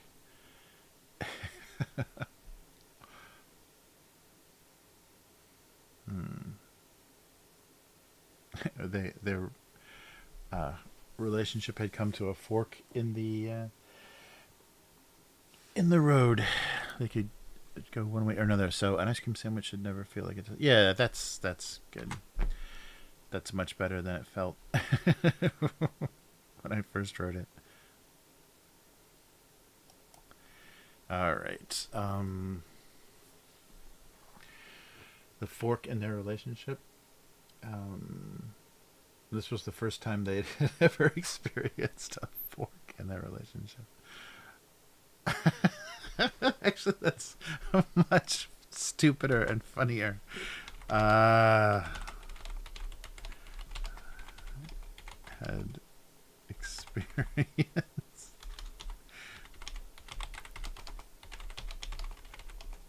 What does that even mean? Oh, it's not going to fit on one line. I don't know if they in there.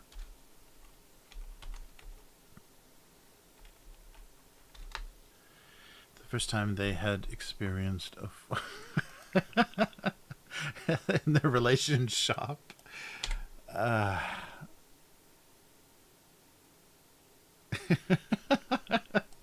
That's some kind of like weird threesome joke or something. So yeah, that's stupid enough. I think I have to go with that.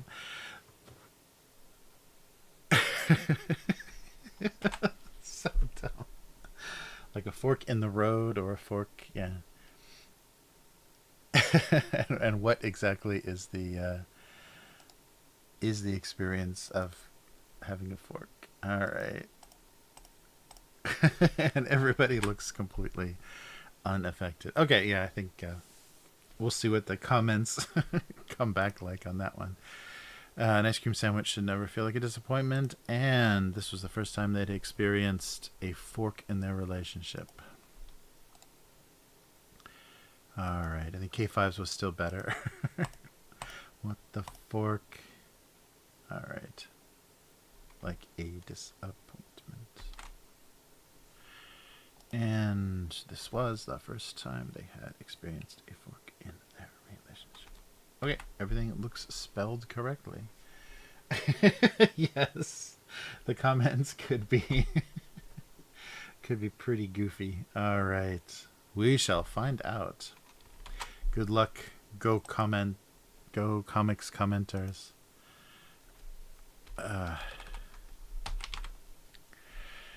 All right. Oh, I got to get it back to the right directory.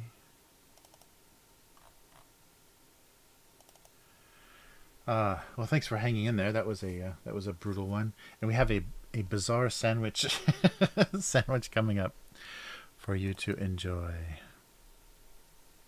Yeah, I forgot they do some kind. Sometimes they do kids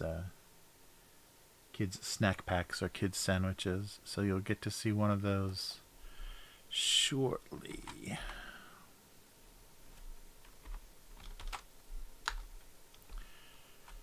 And all right, that's nice. I don't have to do this all on camera. All right. So yeah, I think we're ready for some ice cream sandwich time.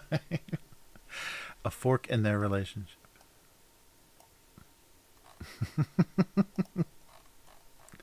Yeah, I just have to do that. Leave things so like weirdly open to interpretation that people just get angry and confused. I think that's what mostly this cartoon has been. Just people becoming angry and confused. Oh, wait. I dated these wrong. That's right. No, one needs to be the 31st. Ah, shit. Let's try that again. Let me delete these. Yeah, because I forgot. I missed yesterday, and yesterday was. Oh no, yesterday was already the 31st. I'm sorry. Yeah, there was already a cartoon that went out, and so then first, second. Okay, no, that's right. That's right. Sorry. The for some reason in the FTP they're not showing up in order. They're showing up in order of upload, not according to title. That's right. There is a 31st already, and so there'd be a second and a sixth. Let me just look at the calendar and make sure. Yes, 2nd, 7th, and then 9th. Okay. Wow. Yeah, I don't know what's going on. That was brutal. All right. Well, this will only get only get worse. I hope I have enough to drink with this thing. This is going to get brutal. All right. So what happened to the? Let's put that back up. And switch over to the convenience store.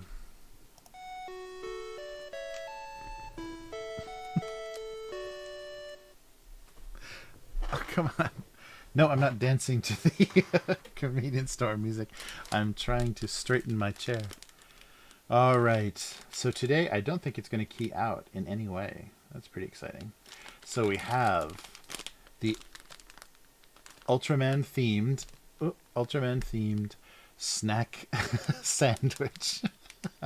Oh, there's a picture of it on the back. Oh, good. I didn't know what to expect, so I was a little bit afraid. So this is kind of in honor of Joe, who's always looking at the bizarre sausages and scrambled eggs and things that are in these sandwiches on the side here, spaghetti and all kinds of nonsense, and wondering how this can sit without refrigeration and what it actually tastes like. So here is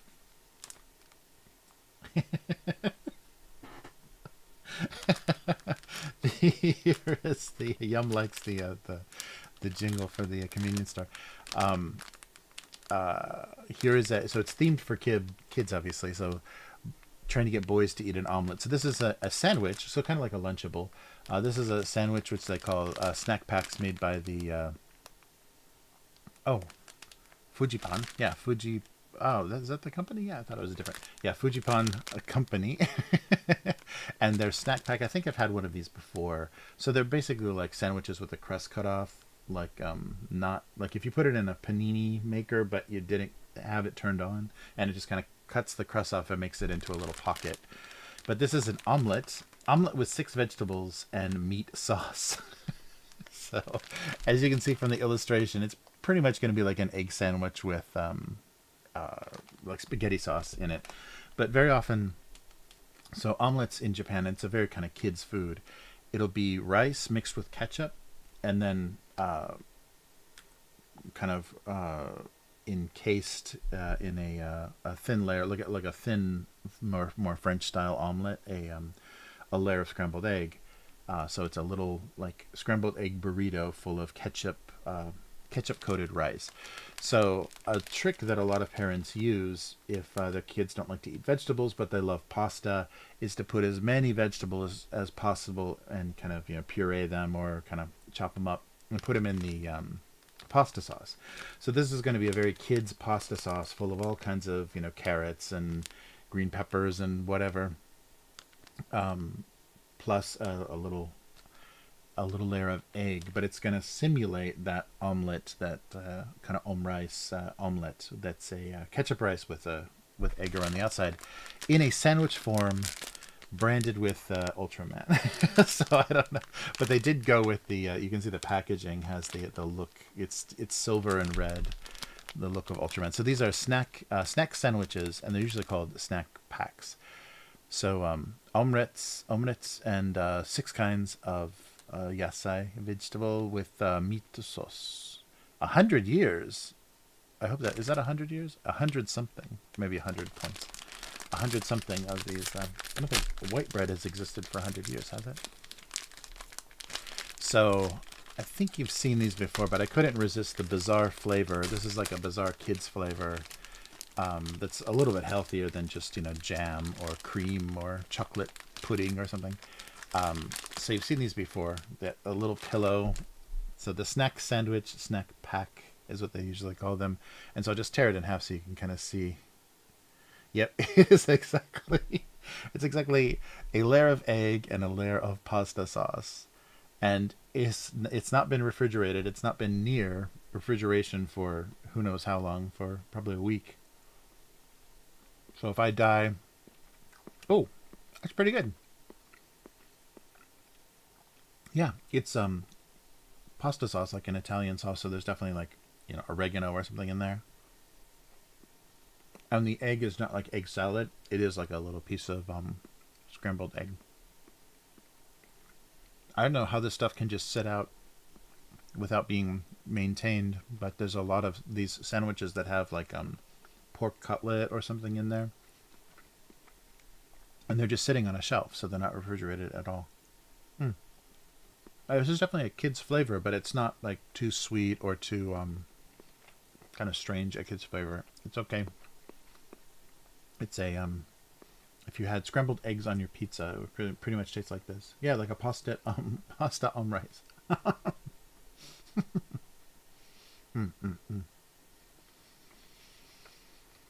Yeah, and it's just a very thin amount, so there's more bread than anything else. So I don't know how much benefit you're getting from these 6 vegetables that are in the meat sauce, but something. Well, yeah, not bad at all. And I was worried because I'm never a fan of egg salad in these like room temperature sandwiches. So very often when they have like a mixed sandwich, kind of like a club sandwich type thing, there's always a big thick layer of disgusting egg salad. And maybe very cold egg salad and maybe spicy or seasoned egg salad I can deal with, but a warm layer of chunky egg salad is just the worst thing ever. This is surprisingly okay. Yeah. I can see why it's a kid's flavor. It definitely tastes like, kids' pasta or whatever, but it's all in a little sandwich pocket. Again, with the Uncrustables. Yeah, so not bad at all. And I guess the one thing about these, though, is once they're open, the bread gets stale very fast. So these don't work well. Like you can't eat half and eat the other half later because the bread gets kind of stale and strange very quickly. So they benefit. Oh, there's not much pasta sauce in this one. They benefit very much from staying sealed until you eat them and then eating the whole thing. But not bad. Yeah, very easy to eat. Not a weird kid's flavor, and nothing too like strange and spicy. I was worried when it said omelet. I was like, okay, omelet in a sandwich. I've never had an omelet sandwich before. But that is it. Yeah. So the I'll keep occasionally picking one. And I just like the weird branding on this one was the one that made me laugh the most. Usually it's this little illustration of two kids like mixing up the ingredients for whatever's in the sandwich. But this one they paid for some licensing to get an Ultraman. So all the little boys are going, or probably the 40-year-old men as well, are going for this one. Oh, Ultra 6. Oh yeah, right. This is a different. That's where they have the different teams and the different eras. There were a few different packages, but occasionally I'll pick one of these up for the stream because there's some really odd flavors. There's like yakisoba flavors, or like I was telling you, like the pork cutlet and things. So I'll pick one of these up every so often when it looks weird, just weird enough. This wasn't as bizarre as I thought it would be. I thought it would be thicker and kind of stranger to simulate the omelet, but they went pretty thin. And the whole thing is only, oh, maybe both are 100. Yeah, 100 calories. That's crazy. I guess it is just barely bread and eggs. But yeah, so that was the the nutritious Ultraman sandwich. So yeah, these are very easy to find in Japan. So, and you know, because they're sealed, they're very easy to eat as well. So if you're stuck having to eat something, you know, going between train stations or whatever, these don't get your fingers messed up or anything. You just don't want to drop them on the ground because I'm sure they'll suck up everything. But oh. But a lot of different flavors. There's like just like with crepes, there's kind of like a whole range of dessert ones that are sweet, and then a whole range of savory ones that are, you know, some kind of like a sandwich that are more like a simple lunch sandwich. But yeah, so keep an eye out for the Fujipan lunch packs, and in this case, the snack sandwich version. Yeah, a weird kid's flavor, and very much like the yeah, omelette version for kids. All right. Well, yeah, that was much better than I thought it was going to be. I was worried it was going to be a big eggy mess. So you got to see me flinch, but not this time. Not this time. All right. So Joe can continue to be amazed that scrambled eggs will just sit on a unrefrigerated shelf for weeks. And the I think though the shelf life of these is pretty short. Yeah, it's today actually. So they don't put an insane amount of preservatives in these, and they're sealed, and I think they expire very quickly, so they go through them pretty fast. So that's an interesting difference. There's very few bakery companies that have a lot of preservatives and things in the bread. So bread in Japan very quickly molds, especially stuff you get directly from the bakery, because it's so warm and wet, especially during the summer here, that everything is really short shelf life. But that's why it's like the habit of daily shopping is so common here. Finishing it up. Yeah, it was good. Surprisingly good. I was hoping that it wasn't going to be too impossible. I really hate all the strange egg sandwiches they have here. But not bad at all. Yeah, definitely branded for boys of all ages, I suppose. Yeah, I wonder, because I know there's an Ultraman series on Netflix. I wonder how popular the character is staying. Because I know Kamen Rider and the Super Saiyan, the Power Rangers type shows, type characters are still popular. They still kind of come out with new iterations of them almost every year. So every generation of kid has like their version of them because they come out so rapidly. And so Ultraman's a little bit like that, but I'm not sure if there's a still like a new show being produced. I think it's kind of sporadic. Although the writer for Evangelion that did the Shin Godzilla movie, kind of the reboot of Godzilla as a weird like mutated fish monster, is going to do his version of Ultraman as well. So there'll be an Ultraman movie that's kind of a reboot or like a reimagining of the character. So I don't know what they're going to do. I don't know if they're going to, because he is an alien. I think the story is like an alien comes down and gives this suit to some regular guy, and he becomes a superhero and needs to protect the Earth from giant monsters or whatever. So I wonder how he's going to play around with that idea, because the Shin Godzilla was definitely influenced by the Fukushima disaster and kind of the incompetence and unprepared nature of the Japanese government, and so he kind of used that same tone to change it from a tsunami disaster, earthquake and tsunami disaster, to just a giant monster. So we'll see how the Ultraman movie actually goes. That's got to be out soon. That's got to be coming out soon. It's a big change though for Godzilla, because that was one of the only times they didn't build a suit so that version of the character, there isn't a physical rubber suit, and so they did motion capture. They had an actor perform the movements of the monster, but there is no existing 6 foot tall rubber suit that was actually stomping on little model buildings. It was all done CG compositing. So that writer has some interesting ideas. I want to see his take on kind of resetting this Ultraman character, and like how it would fit in a more kind of realistic, believable Japan, like what role it would serve and how hidden his identity needed to be. It'll be weird, to see, because it could be, he could give it a similar tone to Evangelion, is the kind of judgment of the world, like the world's being judged, and they have a protector, but is that protector good? Should they be are they being punished, and is this just like trying to resist and protect a group of sinful people or whatever? I'm curious what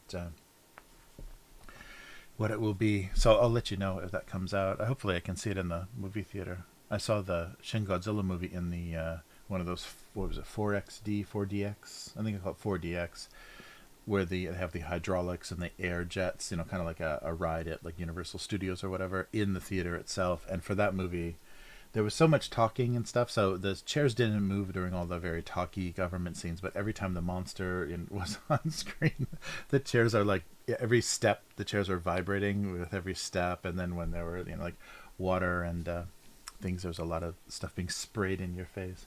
So it's not a real enjoyable way to watch a movie. And I was terrified when I first sat down, because when the trailer plays, it the chair moves, has some some programming with the trailer, and of course trailers are very bombastic and very quick cut and action, and so I was thinking I was going to be incredibly motion sick trying to sit through an entire movie where the chair is flipping around all the time. But it turned out to work pretty well for the slow pacing of that movie. Relief. It's going to be live action. I'm sure it's the monsters and the Ultraman will be CG, but very realistic CG. So it'll be a live action.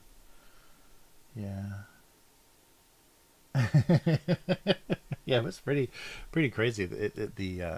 Because those scenes in that movie were supposed to have that effect, that very shocking effect of motion and vibration, and things are all crumbling in the foreground and everything. So that worked pretty well. I was worried it was just going to be relentless, but there were very few scenes of that in the film, so you got long breaks of not being torn up. But it'll be a live action movie. I'm not sure if there's a release date. Things have gotten so. Shin. So it's going to be called Shin Ultraman, and it's got a 2022 date. Oh no, it's playing. It's out.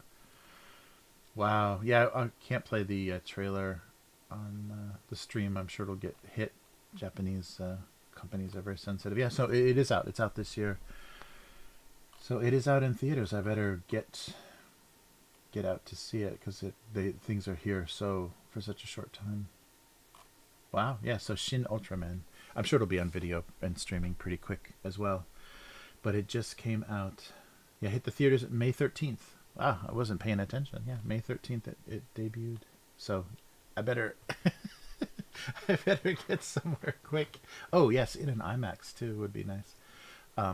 Because movies are only here for a couple of weeks. Maybe the domestically made movies, they give more of a chance, but the foreign movies are here and gone so fast. Maybe more so recently. But I'm curious about the Yeah, retelling. Yeah, so what's good? Yeah, so it's the Evangelion writer. Oh, so the writer. Yeah, the writer is Hideaki Anno is the Evangelion writer, and the director is Shinji Higuchi, who I think did. Yeah, they did Shin Gojira together. Yeah, so hopefully it's good. At least be a different take. That'll be kind of an interesting reboot. Who knows? Who knows?